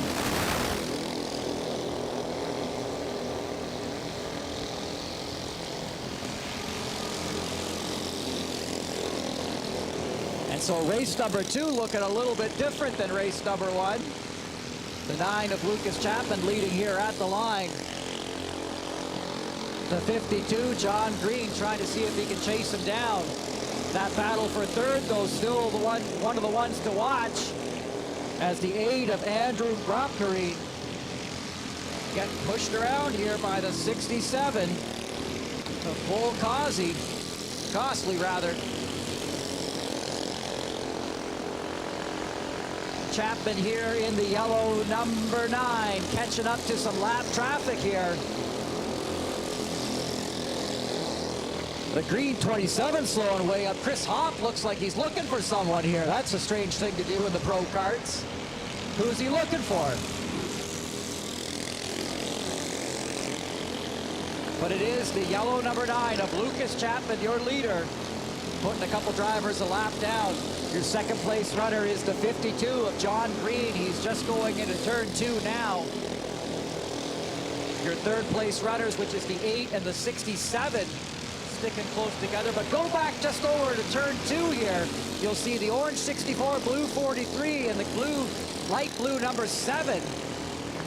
These 3 drivers have found each other and are really fighting it out, almost looking 3. They're looking 3 wide here at the stripe. Deep in the pack, going into turn 1, still 3 wide.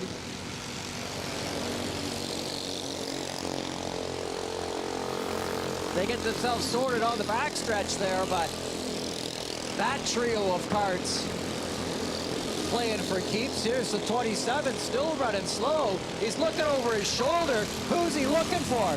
You looking for your friend? Who are you looking for? Trying to pick up the draft? It's not quite Daytona. Talladega, I don't know if the draft is going to work for you. Your leader is on the backstretch now, the yellow number 9 of Lucas Chapman. He's got things working pretty good here. Cross flag halfway through.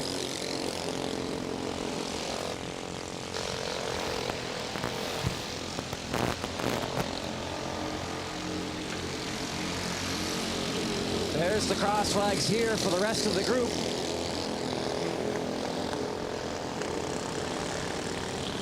As the 9 of Lucas Chapman is actually catching up to this pretty fierce battle that was going on. That's the yellow number 9. These cars in front of him set to go a lap down. We'll see how much speed he's got here, and apparently it's a lot. He's catching those drivers by surprise. Goes up high, 3 wide.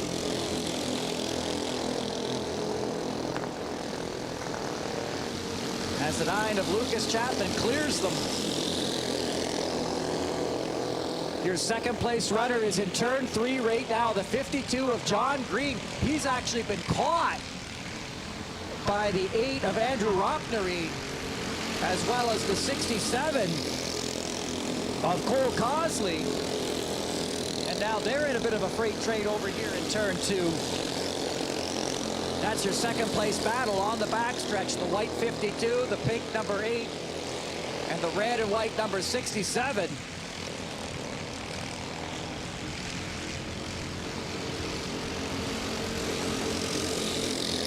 Lucas Chapman, if he keeps going the rate he's going here, he could be in a position to put the whole field a lap down.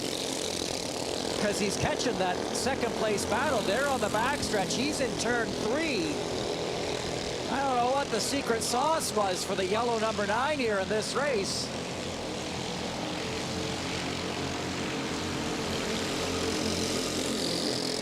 I think when you see him, you'll find out what the secret sauce is, because I think Lucas Chapman might have one advantage on most of the drivers in this field. I think he's a young gun. I think he might not have quite the same heft as the other drivers. He seems like he might be a little bit lighter. That's the one variable that does vary between karts quite a bit, is the driver. Doesn't really matter too much, but if you're the size of Lucas Chapman, it might matter quite a bit, because he's coming up on that second place battle. They're going into turn 3 right now. The 52 of John Green, they're locked together here. The 52, the 8, and the 67. pushing each other here.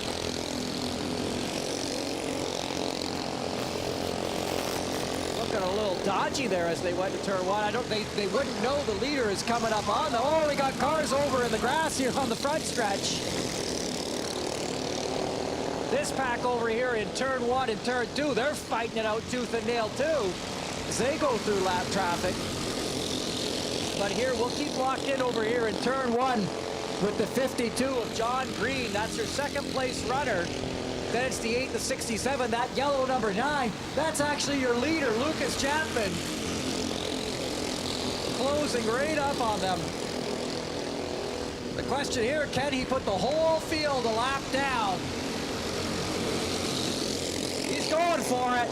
He's going for the gold up on the high side. The yellow number 9. Pedal to the metal. And they look surprised. They go, who's that?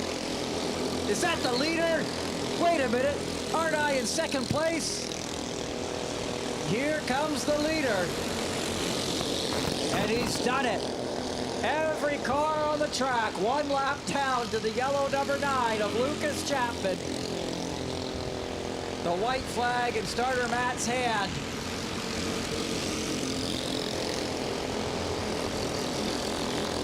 And he'll see it here off of turn 4. The white flag flies. Now for those keeping track, Chapman was the driver who in the bone stocks earlier tonight was in that crash. This car's not quite as fast as his bone stock, but I guess he wanted to get a checkered flag in his hand tonight, and he'll do it. The 9 of Lucas Chapman, your winner. Second place goes to the 52 of John Green. The 8 tried to dive to the low side. The 8 was Cole Cosley, and the 67 of Rachel Goodchild. As the pace truck comes out and picks them up. But your winner is the 9 of Lucas Chapman.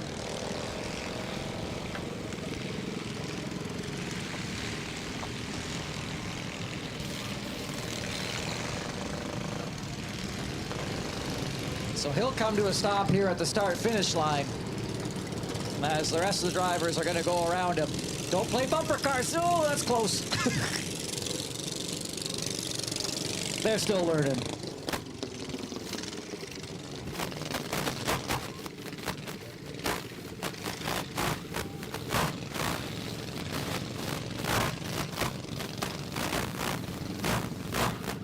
Well, Lucas, give that checker flag a wave. It has been a rough night for you so far, but I guess you wanted to get a checkered flag in your hand after all. Yeah. So what was the secret sauce to getting this 9 to go and lap every single car on the track tonight? Full throttle. Make sure you tell them that in the pits. I'd ask you who you want to thank, but the yellow card doesn't have any sponsors, eh? Yeah. Race guys, put your hands together. 9. Lucas Chapman is your winner. He'll snap the photo here. And then April will grab the flag, and then we'll be back to our Pinedale Motor and Junior Sprints are up next, the kids program.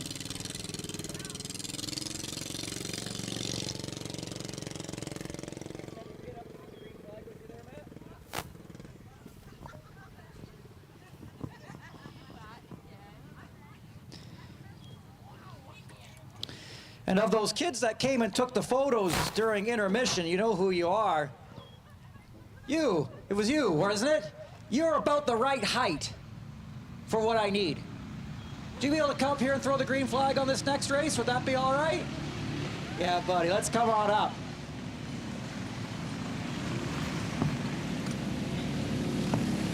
All right, so you can come on up here with Matt, and he'll show you how it's done, all right?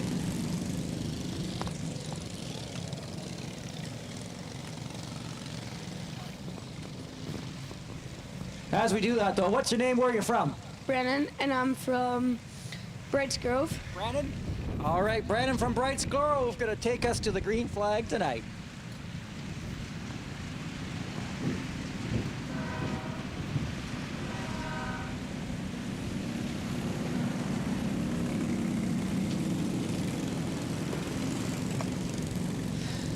So the 2 of Blake Watson's going to be the driver up on the front row. She's our defending race winner. Up on her high side is going to be the black 18H. That's Edwin Hyde. So both the drivers on our front row have feature race wins to their credit. The 6X, that's Maxwell Lloyd. The blue number 6 is Alexis Eaton. As for the 98, that's Bryson Fuller. The 39, oh sorry, the 10 rather, is Tyson Fusil. Number 39 is Landon Moore. Number 75, Celian Collins, and the 9, rounding out the field, that's Ethan Lloyd.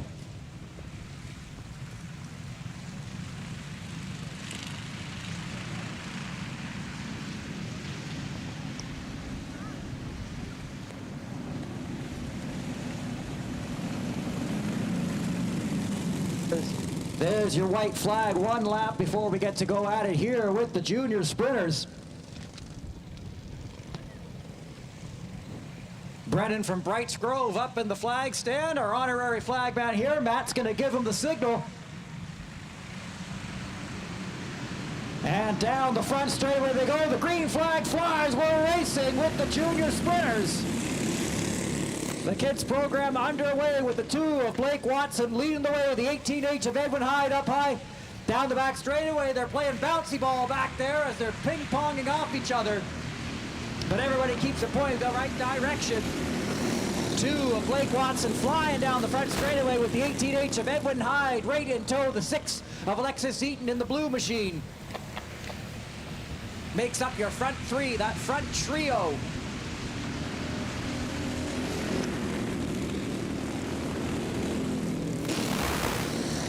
Big battle here over in turn 1 and turn 2 now between the 39 of Landon Moore and the 6X of Maxwell Lloyd. Maxwell Lloyd goes 3, looking 3 wide, almost for a flash there. The 39 of Moore thought better of it and backed out. I think that's the right call at this stage in the race. The 6X of Maxwell Lloyd trying to break free of traffic. We usually see him up in the front runners here. He's got a lot of checkered flags to his credit. That's going to be good for 4th place for him as the front trio continuing to make tracks.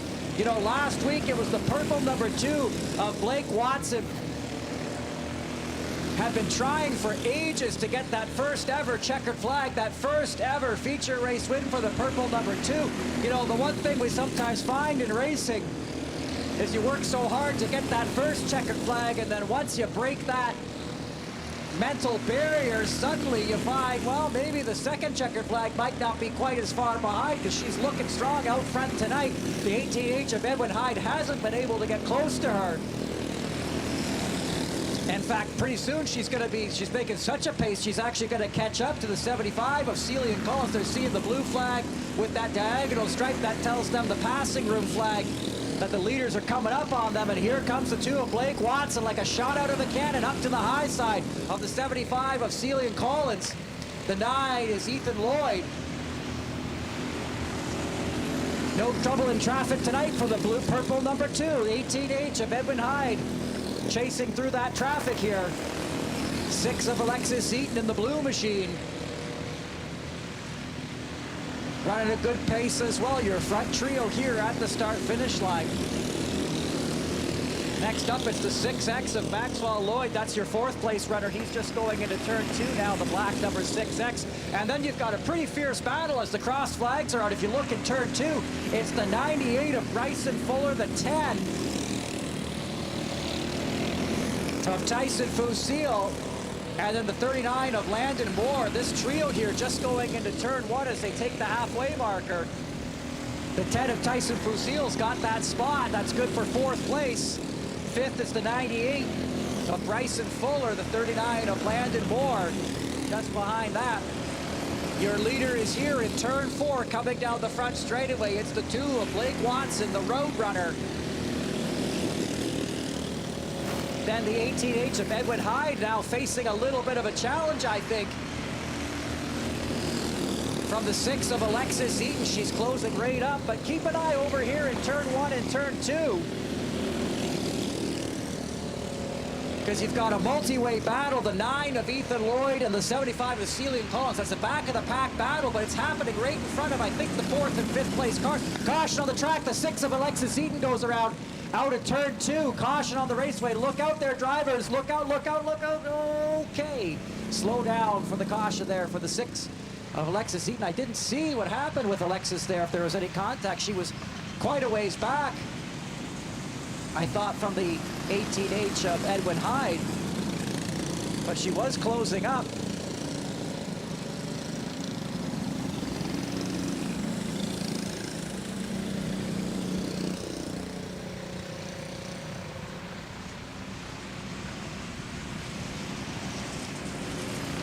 Safety crew's going to get the 6 of Alexis Eaton pointed the right direction.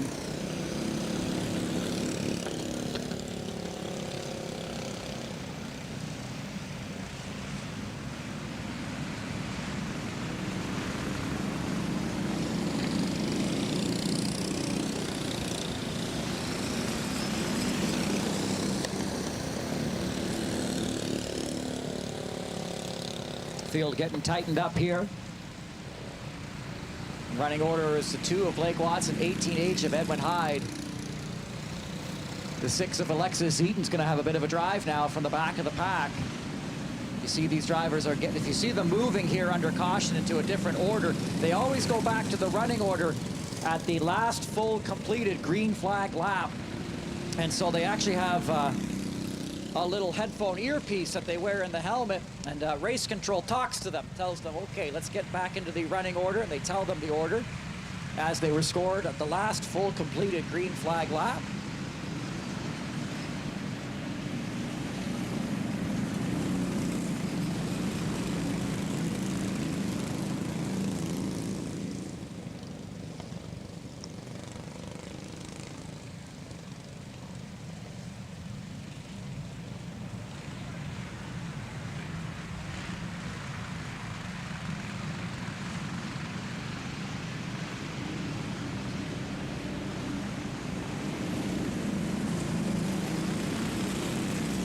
So drivers getting their double up signal here.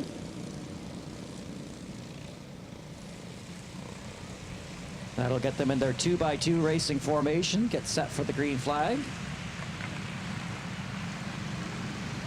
Oh, something happened there. Caution on the raceway here. Either something happened with the running order, should be my guess, or there's something on the racetrack. I see. What are we looking for? I'm seeing the safety vehicle coming to the infield.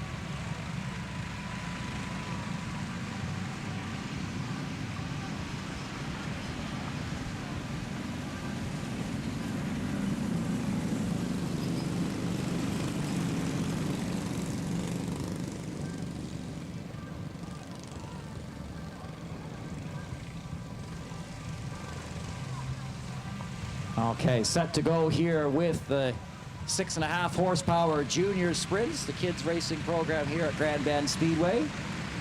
Very special welcome to the fans joining us at Grand Bend Speedway tonight. We hope you're enjoying this evening's races. Don't forget the Outside Groove Diner is open behind the turn 2 side of the Speedway. They've got pizza, they've got subs, they've got ice cream. Drivers are in their 2x2 racing formation. We're set to go back at it with the 2 of Blake Watson, our leader. Green flag is out on the track, and we're racing with the junior sprinters. There was 8 laps to go when the caution came out. And now it's the 2 of Blake Watson facing a challenge from the 18H of Edwin Hyde at the front of this one. The 6X of Maxwell Lloyd has now made it up to 3rd. We saw him trapped in traffic earlier.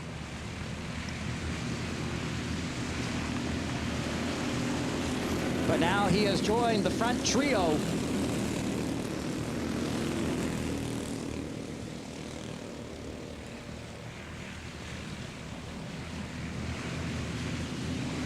Five laps to go here at the start-finish line. And don't look now, oh, to 39 of Landon Moore down into the infield of turn 1. Triggering a caution flag here.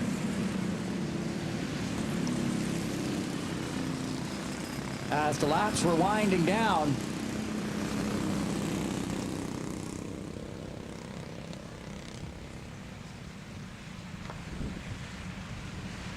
The 2 of Blake Watson, our leader.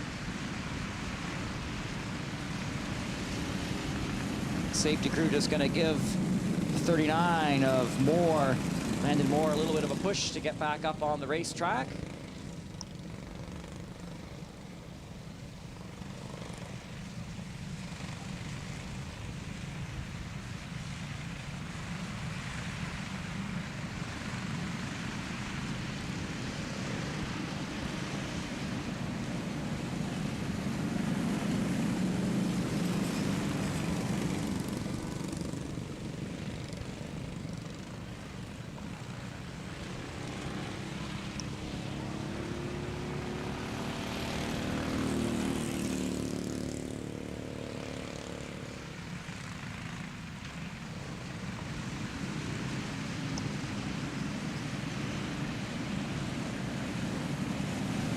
So once the 39 of Landon Moore gets into position, they're going to slot him in just ahead of the 2 cars that are a lap down.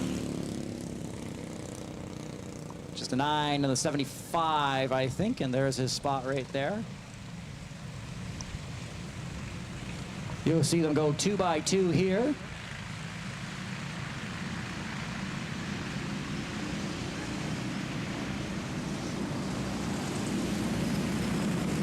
One lap before we go back at it here. So we are 14 laps in of 20, 6 laps to go.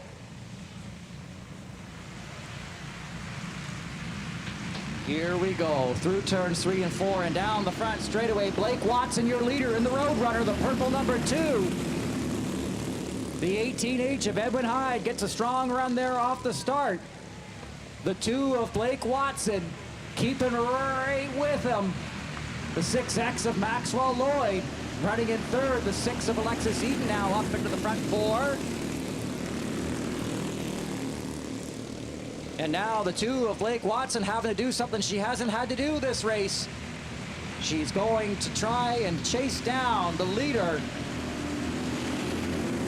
As the 18H of Edwin Hyde has now placed himself squarely where he wants to be as the laps tick down. 4 laps to go, that time by at the stripe. 6X of Maxwell Lloyd just behind that had a wheel full there. That allowed the blue number 6 of Alexis Eaton to get a heck of a run. Now they're side by side. This means our front duo of the 18H and the 2 of Blake Watson are going to be settling it on their own up front.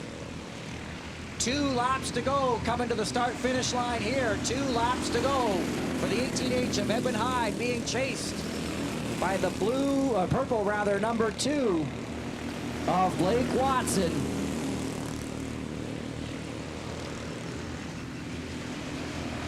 White flag, final lap on the Speedway for the purple, or rather for the black number 18H of Edwin Hyde.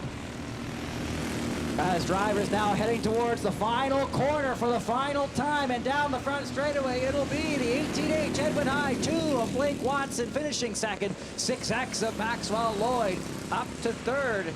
Heck of a drive for him tonight. 6 of Alexis Eaton. We saw her spinning earlier in the event.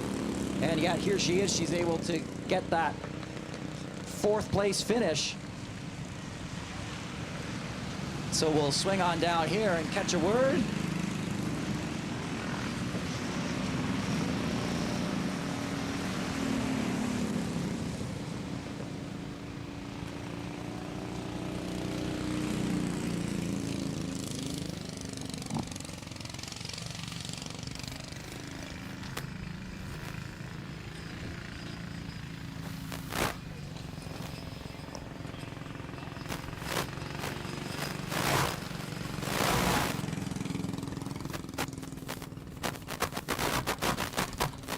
So we'll pop down here.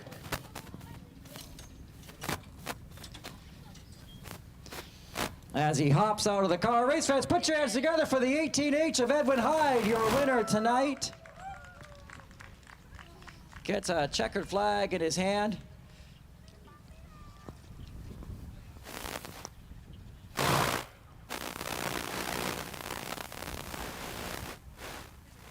Okay, let's get a checkered flag in his hand here. Congratulations, Edwin Hyde. You are the winner tonight. Grand Bend Speedway, a strong run. Take us through the last restart. Yeah, I just kind of got on the gas on the outside and just went. Who do you want to thank tonight? I'd like to thank LMS, and it's Father's Day, so happy Father's Day, Dad. Race fans, that's the 18H of Edwin Hyde. We'll swing in here and catch the 2 of Blake Watson. Blake, congratulations, a 2nd place run tonight. I regret I wasn't here last week for your 1st win. I've been looking for that all season long. I thought I was going to see your 2nd one tonight. Yeah, I was looking forward to it. He got me on the lap. Last 5 laps. It's good racing. Who do you want to thank tonight? Got to thank my mom, my dad, Any Electric, Dave Simmons Automotive. Happy Father's Day, Dad. All right, that's the 2 of Blake Watson, and we'll swing over here. It's the 6X of Maxwell Lloyd. Maxwell, been watching you all night long. You've been having to work really hard tonight. Well, yeah, it's a real competition with everybody, and I gotta work my hardest if I'm gonna make it top 3. Who do you want to thank tonight? I'd like to thank my parents, my brother, the other racers, In-Floor Heating, London Drive System, Custom Fluid Power, Williams Mobile Services, and the track. That's the 6X of Maxwell Lloyd, your 3rd place runner tonight.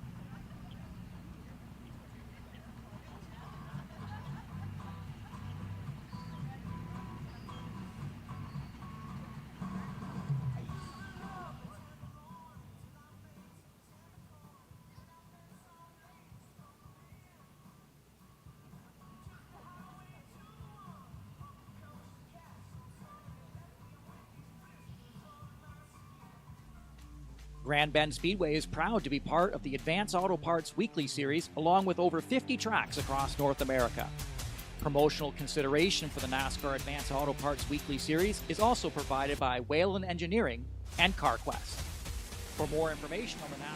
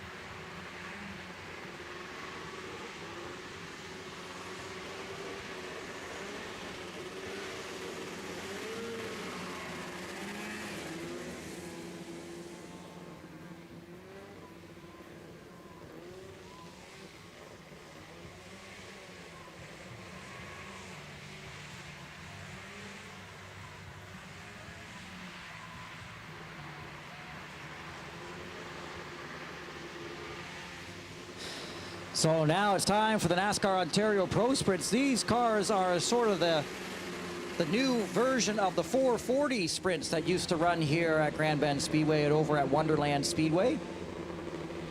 For more information on these sprints, contact the track and they'll put you in touch with the Ontario Pro Sprints. Really cool style of racing. Thrilled to have them back here at the track, sort of trying them out here. Got a trio of drivers who are going to showcase what these cars can do. Down the front straightaway, it's going to be Kemps and Kemps. And then the 0-1 of Chapman as we mash the gas. The green flag flies. We are racing with those pro sprints. The 31K is Brent Kemps. The 31 is Adrian Kemps. And we're picking up right where we left off. Again, the 31K, Brent Kemps out front. 31 of Adrian Kemps in second.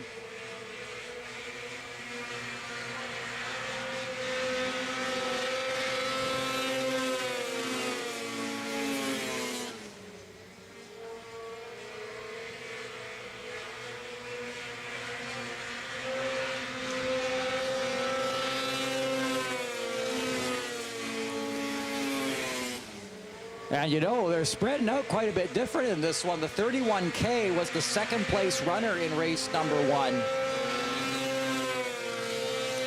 But now finds himself running in second. So although they're team cars, whatever they did to the 31K seems to have made it better than Dad's car. Here on the Father's Day weekend.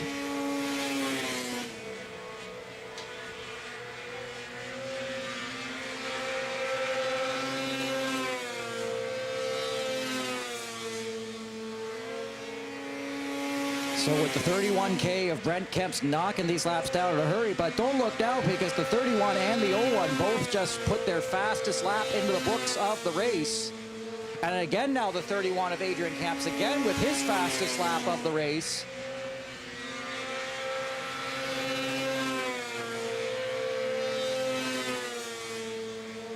But his fastest, again now once again the fastest lap of the race for him again. But he's still, despite knocking off these personal best times, the 31 of Adrian Kemps lap times just really aren't holding a candle to the 31K of Brent Kemps tonight. Which is, again, pretty interesting when you look at what happened in race number 1.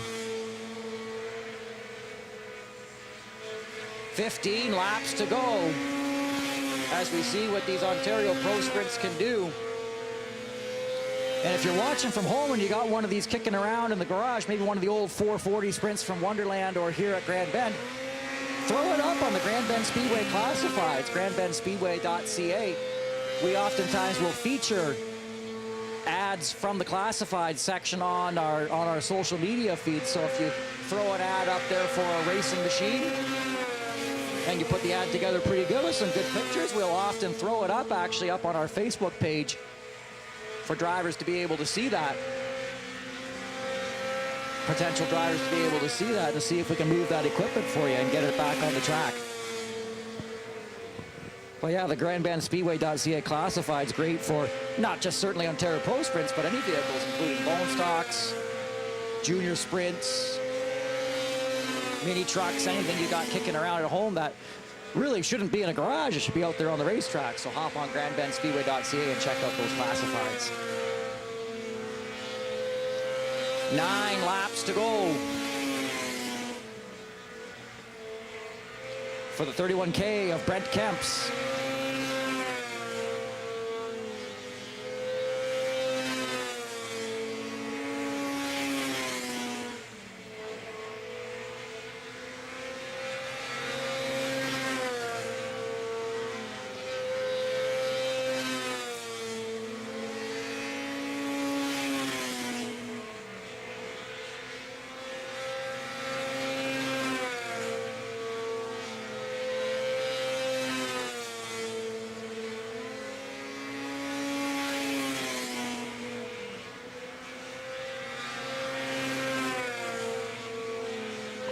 Just 5 laps to go.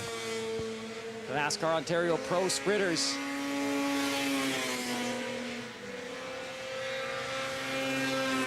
Adrian Kemps in the 31, runs second. 31K of Brent Kemps out front.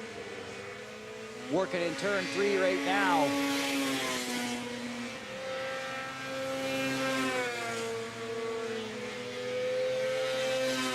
And again, he's just got this thing locked right up. Logan Chapman, though, although third place, just ran a personal best lap. 2 laps to go.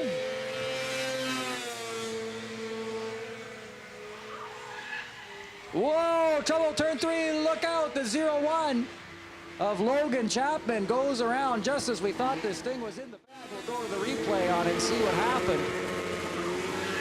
And the thing just whipped around on him in turn 3. Whoops. And I guess that's going to set us up for a one-on-one duel. It's Father's Day. And so what would Father's Day be without a little father-son duel at the front of this pack? As we try and showcase how cool these Ontario Pro Sprints are. Again, if you've got one of these kicking around your garage, make sure you either get it on the racetrack or list it on grandbendspeedway.ca classifieds. And we'll get that equipment moving for you. But here, when they go side by side,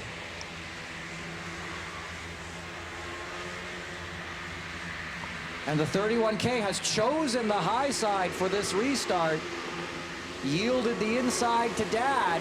Let's go green down the front straightaway.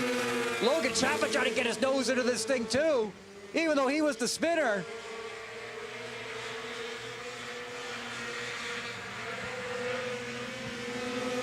And with 2 laps to go, Dad's out front. Dad won the first race. It looked like the second race was going to go easily to the 31K.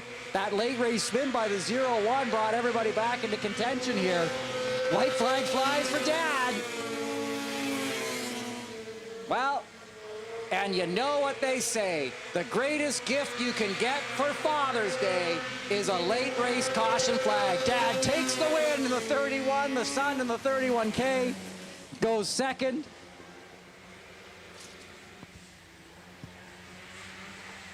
We'll swing on down and catch a word. Adrian Kemp's our winner. Brett Kemp's for second.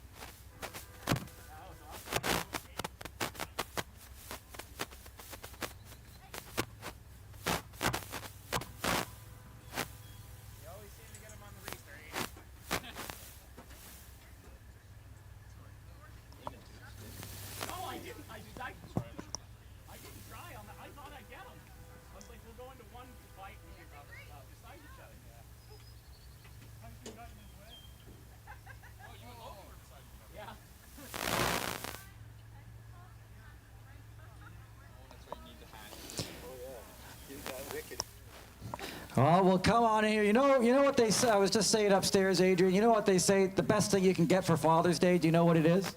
A win. No. A late race caution. Yeah. Hop out of the car. Let's put a checker flag in your hand here, Dad. No, it was. I think he was out by. Grab that flag there. You got to hold the checker flag if you're the winner. So it's 2-2 tonight. Your son there, Brent. He was. It was all his, but I guess it's all yours now. Yeah. The caution come to my advantage. And at the last, I was throwing some adjustments on the car, thinking I haven't got a chance to keep up with them. But hey, it's probably the best 2 laps I ran. All right, well, put your hands together, race. Winner, Adrian Kemp's your winner. Brent, well, congratulations, runner-up. I don't know, you chose the high side. Was it a good choice? if I wasn't asleep on the start and like barreled it off into one, I might have stood a chance, but he just walked away. That definitely didn't go as planned. I figured we could race it out side by side. It would be awesome, but that didn't work out at all. Okay, anyone you want to thank tonight? Obviously, I got to thank Logan, his family. They went through a lot. Fixing that car after a testing accident through the week, last week. Thanks for being here. That makes it a whole lot more fun the more we get out here.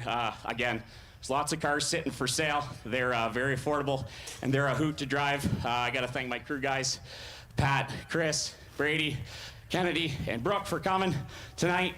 They had great fun in the pro karts. It was good to see that. I'll have to watch it on the live stream again because we're sitting in the car ready to go out for our races. So I'm glad they could come, have a good time on a Saturday night. Of course, I got to thank our sponsors, ASA Custom Fabrication, our own gig to make these cars go fast, look good, make fast circles. Performance Unlimited, Wolfworks, Motorcycle and Machine, General Metal Products, and the staff, and all thanks for all the fans for coming out tonight. I appreciate it. Brent Kemps, and we'll swing on over here. Logan Chapman, anyone to thank tonight? I'd just like to thank my sponsors, Ontario Hose, Mark's Home Comfort, After Hours, Baines Barbecue, Hungry Hiker. That's it. Race fans, put your hands together, 0-1. And all of our pro sprint drivers as we continue to grow this class. Really, really cool class of racing. If you got one of these 440s sitting around, make sure you either get it on the racetrack or throw it up on grandbendspeedway.ca classifieds, and we'll get that feature for you up on our Facebook page.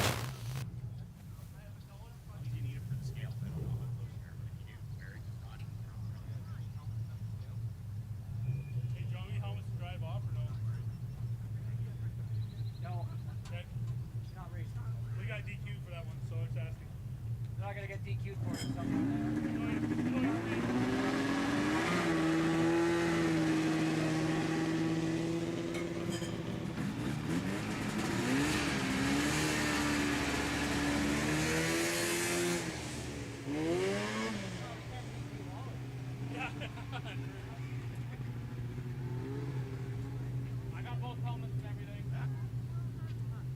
I just look like a jerk off out here getting nothing. Thanks, Brady.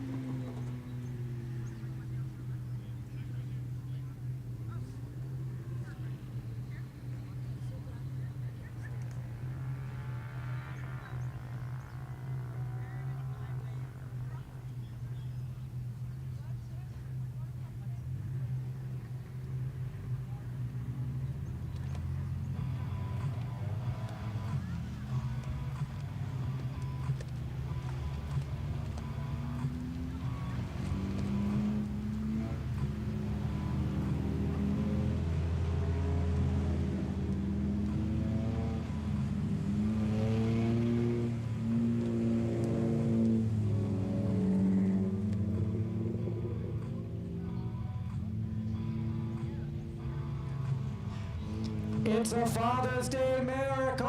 Look on the track. The 78 of Chapman made it back into the race field with the hot radiator. He'll be starting from the back of the field. The front end looks very gnarly, but he's back. I cannot imagine the level of thrash that was required to pull back off. Race fans, as that 78 comes down the front straightaway, give that great round of applause for putting that thing back together. I would have thrown it on the trailer. I was taking on, down there with the GoPro, taking the sad pictures of it coming off on the hook. I didn't think they were going to come back from that, but I guess they've got a lot more stick-to-itness than I do. This Chapman is out there on the track. Cool.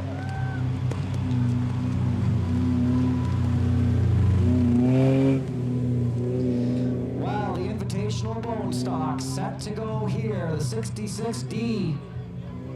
Or the 7 rather, I should say. Out front, that's going to be Cowboy Chris Lawrence. The 50. That's Darren Glavin on the high side. The 37. It's Justin Culver out of Lucan. Up on his high side. That's the 66D with the pretty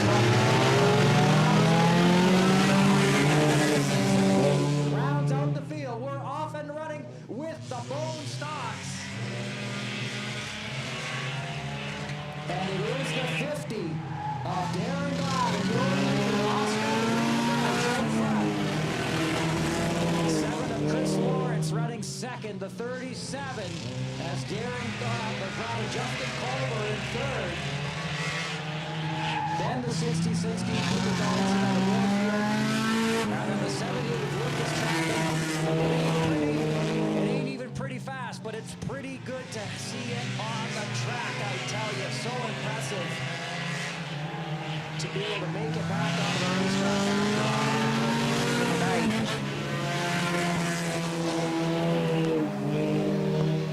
The 50, your leader.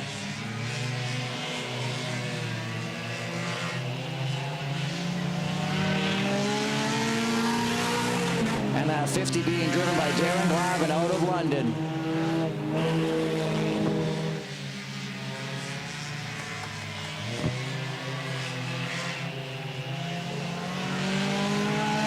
And he's looking pretty confident out front here. The 7 of Chris Lawrence in second, third. The 37, Justin Culver. Your battle right now is for 4th place between the 66D of Cooper Donaldson out of Moorfield and the 78 of Lucas Chapman, who crashed. Oh, he's going to spin around in front of him almost. He hangs on to it.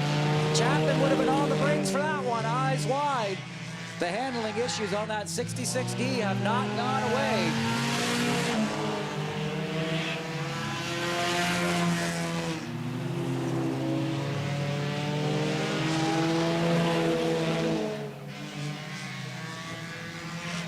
.66D again, the back end coming right around on it.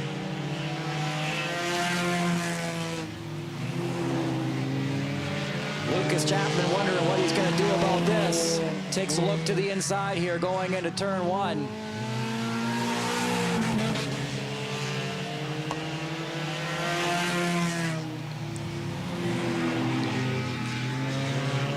Over in turn 3, the green 50 of Darren Glavin going to be taking the cross flags halfway through this one that time by.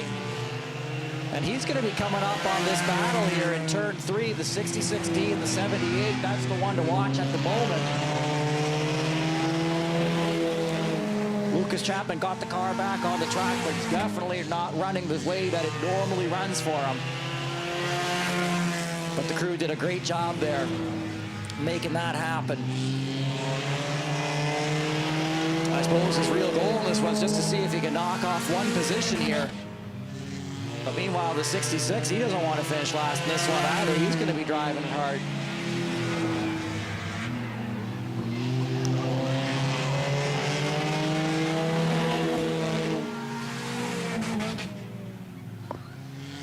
Chapman now looking up to the high side of the 66D. He's got the open lane up there.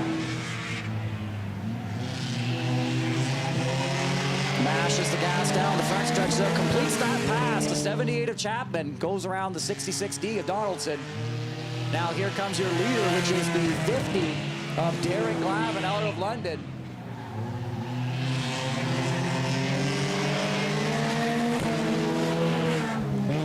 And he's going to go around the high side as well.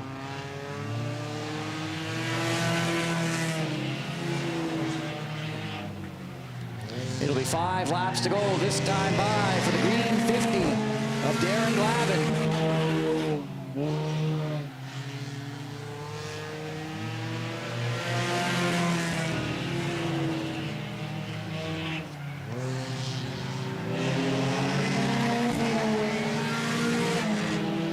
As we get keyed over and ready for the NASCAR late models to be up next. The Bone Stocks running out of laps here. 2 laps to go for the 50 of Darren Glavin.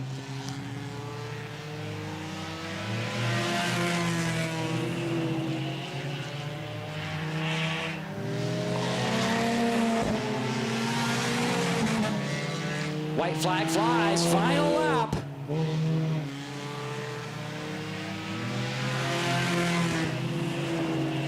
And through turns 3 and 4, let's wrap this one up. Puts it in the bag, the 50 of Darren Glavin out of London, your winner. second place is going to go to the 7 of Chris Lawrence. And third to the 37 of Justin Culver.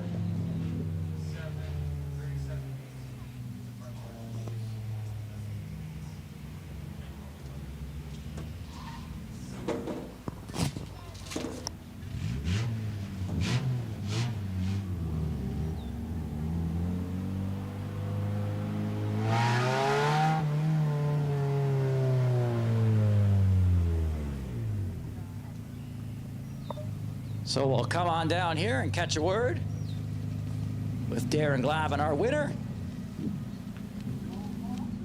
with the NASCAR late models up next.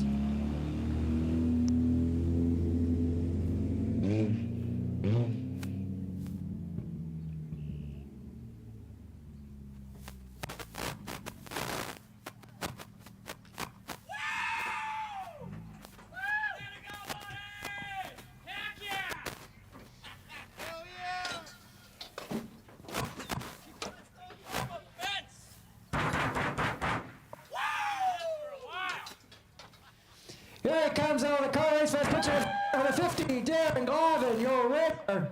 Where are you going? Let's go! He's making a break for it. Climbing a pole, don't go too high.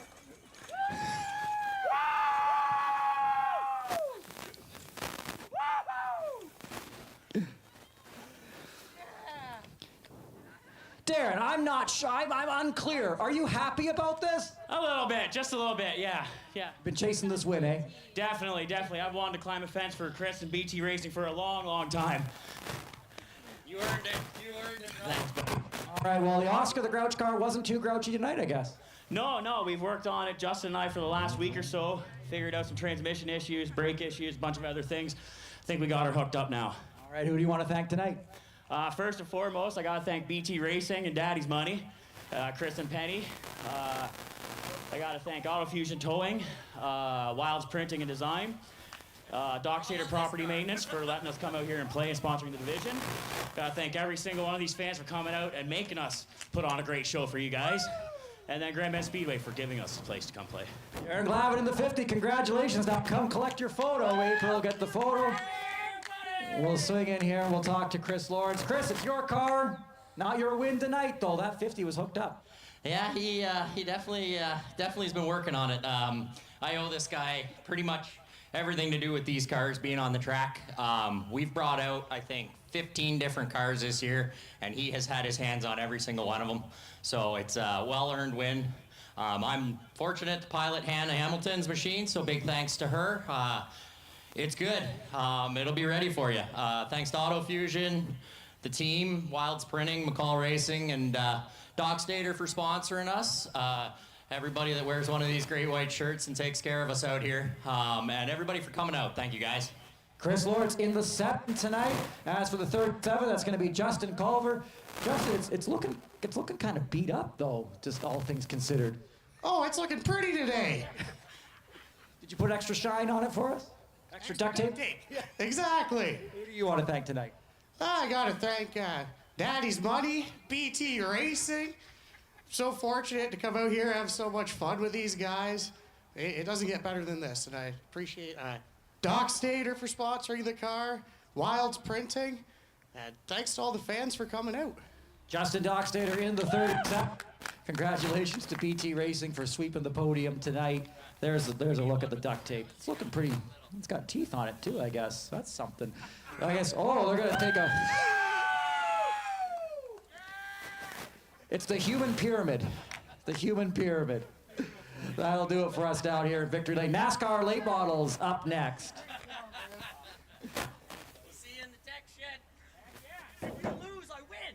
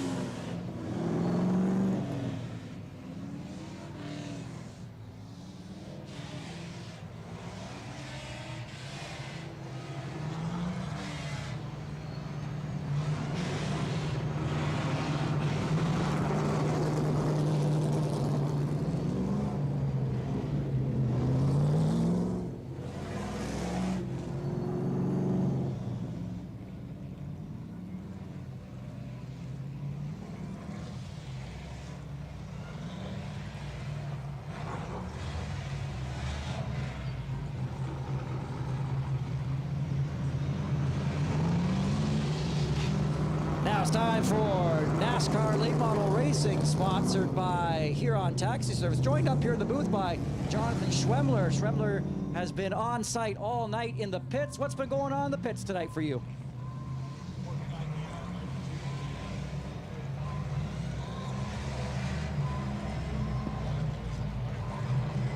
So this has been kind of an ongoing project for you, getting the one back out on track, eh?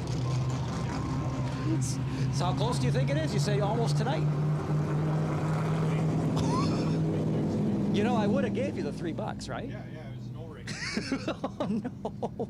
Well, these NASCAR late balls growing and growing, one of the developing series at the track, and it looks like we are just about set to go. It's going to be the 92 of Dwayne Horton and out of Goderich, and his brand new car going to be taking us to the green flag. 99 is Jeremy Curtis out of Park Hill. Rylan Fashionados with the 25. The 67 is Olivia Curtis. We mash the gas. We're racing with the NASCAR late models. Jeremy Curtis in the 99 with a very strong start that time by, but the 92 Dwayne Horton, he's got that inside groove. That causes the 99 of Jeremy Curtis to slot back into second place, now being chased by the 25 of Rylan Fashionado. It's going to be a three-way battle out here up front early on, with Horton in the 92 looking strong out front, just like we saw in the heat race here. The 99 Jeremy Curtis again out of Park Hill, trying to see what he can do to chase down everybody on those nice and shiny Cobra tires. This is a longer race though, the 35 lapper. So Jonathan, earlier tonight we saw these drivers in their 8-lap heat race. That's just a little drive around the block, eh? Yes, definitely. What, like 4 minutes? Yeah, it was fast. And so when we go into a 35-lap race like this, if you're driving one of these, which you have done so successfully here at the track, what should we be looking for as this one goes on? It's got more laps, certainly, but we're under the lights now. What should we be looking for out of these drivers? Heat and how the tires build heat and change sizes. As you see, the 25 put pressure on the 99. The 99 looks like it's handling a little bit tight right now. The 25's. You good? Yep. 25's putting some pressure on them. As the tires heat up, the handling will change in these cars.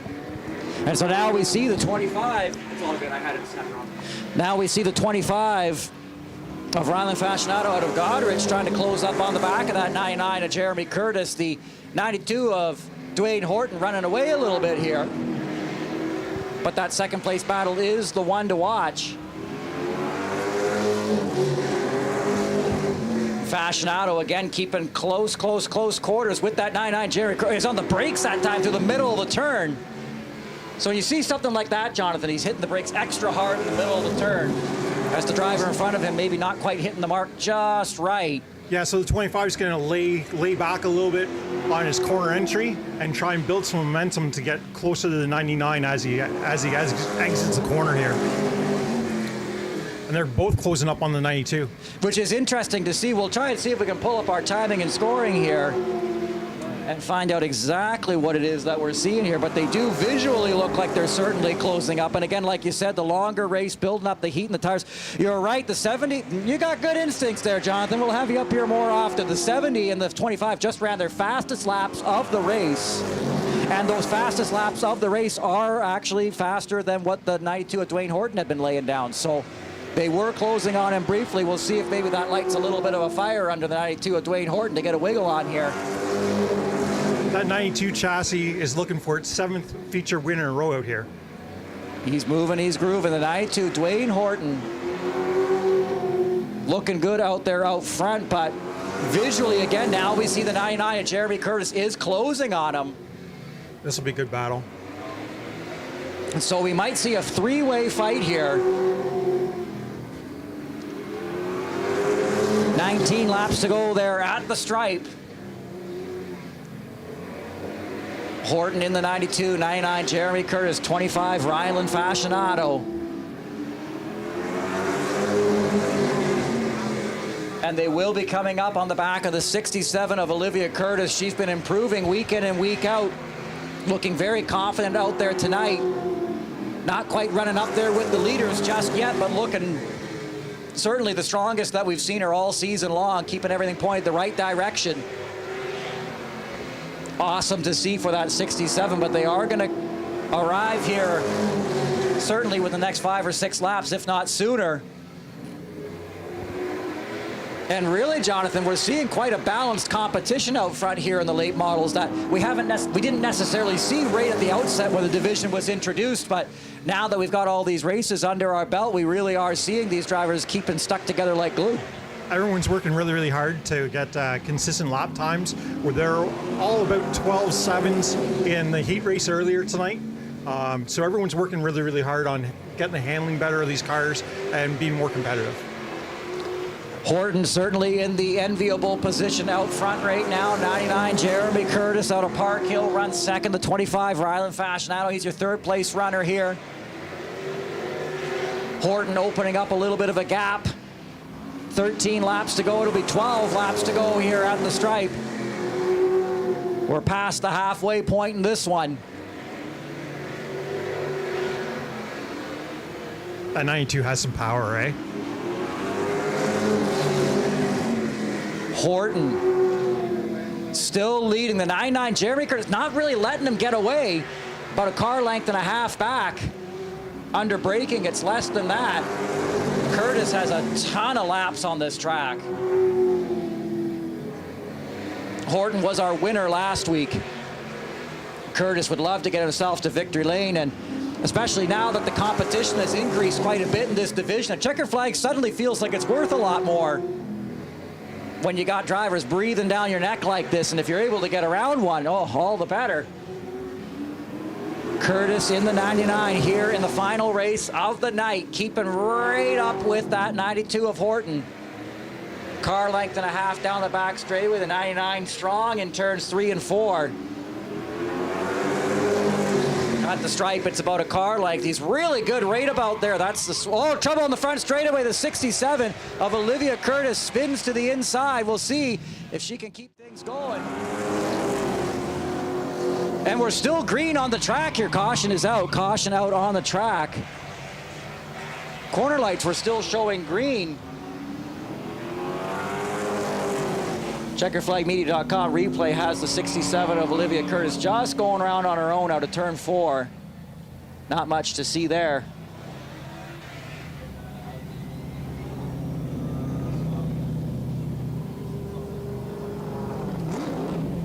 So they'll get these drivers back into the running order at the last full completed green flag lap. Trouble maybe coming to the pits here. The 92 of Dwayne Horton. They thought there might have been a fire possibly underneath that car.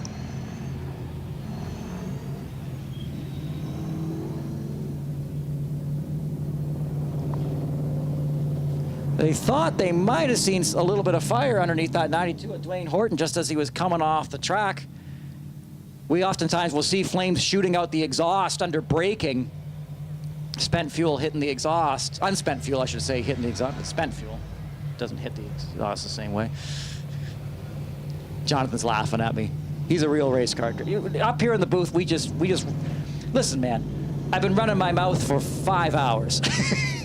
Or not 5. Actually, it's been a pretty quick show tonight. So that's fair. They have had an oil leak underneath the 92 tonight. Oh, I think he is on. There is a. If you look behind turn 2, we'll see if the camera catches it there. If you look behind turn 2, actually, he is. There was a fire. Like, he's smoking. He couldn't have parked it better for the camera crew. So the left side of the engine has been leaking oil earlier tonight. Yeah. Camera crew, you can tighten in on that if you want, actually. We'll see what's going on. It's like checkerflagmedia.com camera. They're kind of like my binoculars tonight. Okay, so walk me through like I don't know what's going on, because I don't. What's going on this 92? Why is he burning up like this? So we've been working on this car for the last couple of weeks. It has an oil leak down the left-hand side of the engine, and it's been splashing up on the header and smoking. I don't know if you've seen it all night, but he's had a smoke trail in behind him, and we've deduced that it's the oil getting on the headers, but obviously when they slowed down here, it flared up somehow. Well, I guess it's not going to be Dwayne Horton's night. No, it looked like it was going to be. That caution there, like, you know, it's funny you mentioned the smoke. I thought I was seeing the smoke, but we also you and I were in here behind the glass here, and the glass gets kind of fogged up at this time of night. I just thought I was seeing the glass fog. You didn't notice all the mosquitoes went away? Oh, suddenly it's good mosquito control out here at Grand Bend Speedway when he goes like that, but yeah, he's been leaking. He's been leaking a little bit of mist all night. So white flag here on the track. We're going to go back at it. So this is going to come down to now. It's going to be the 99 of Jeremy Curtis, 25 of Ryland Fascinato, 67 of Olivia Curtis, the last three drivers standing. The 99 had a bunch of wins last year too, didn't he? Oh, yeah. Jeremy Curtis, he was driving the 70 last year, but he was just, he was on fire, but not in the way that Dwayne Horton was tonight. That's right. Green flag and starter Matt's hand. We're going to hit the gas here. We're racing once again with the 99, Jeremy Curtis. And the 25 of Ryland Fascinato. Now they're going to go wheel to wheel down the back straightaway. If Fascinato can keep him pinched off on the low side, he might have a kick at the can here. Sticking up on the high side, the 99 of Curtis not able to quite run his perfect preferred groove, but the 25 of Ryland Fascinato's taking the long way around. He'll cross back into line here. Curtis, your leader in the 99, Fascinato in the 25, 6 laps left. 7 laps, I should say.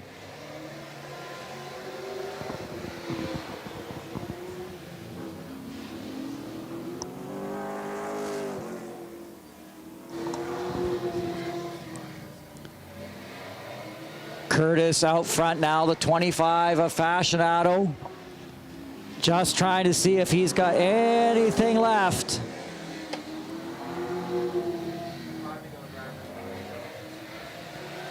Maybe 4 laps to go this time by at the stripe.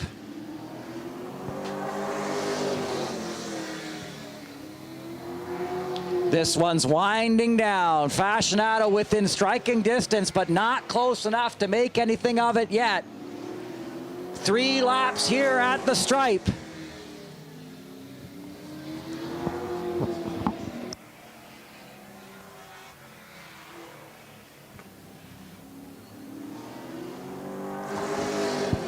Now just 2 laps to go.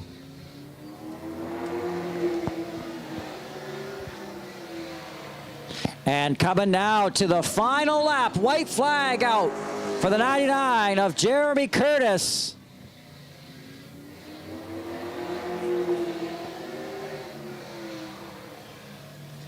And he's just gonna run out of space there. Checker flag, he gave it all. He had your winner, the 99 Jeremy Curtis. 25 Ryland Fascinato, 67 of Olivia Curtis rounds out the field. We'll come on down and we'll have a quick word with these drivers. Remember, our next race event at Grand Bend Speedway is on Sunday, June 22nd. That's Sunday, June 22nd at 1 p.m. So that's a 1 o'clock p.m. start time on June 22nd for the Cobra Tire Cup Series.